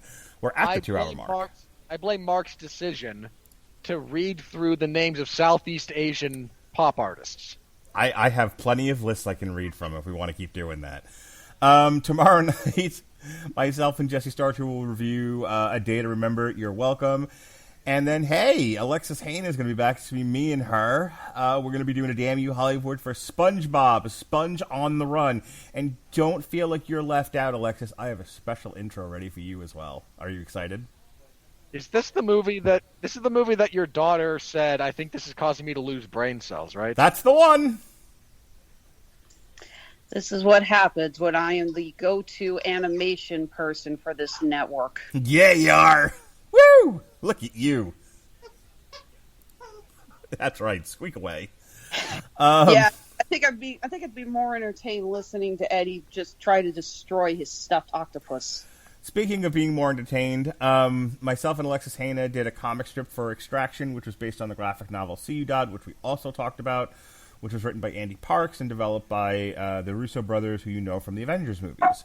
So that's in the archives. We've also got the Rough and Ready show, Tom and Jerry, Epica Omega, Robert Winfree and David Wright reviewed the Star Trek movies, the TNG ones, and we reviewed Boss Level, Coming to America, and my kids and I, speaking of commentaries, I mentioned the one that my son and I did for Just the Kenny Omega with John Moxley deathmatch.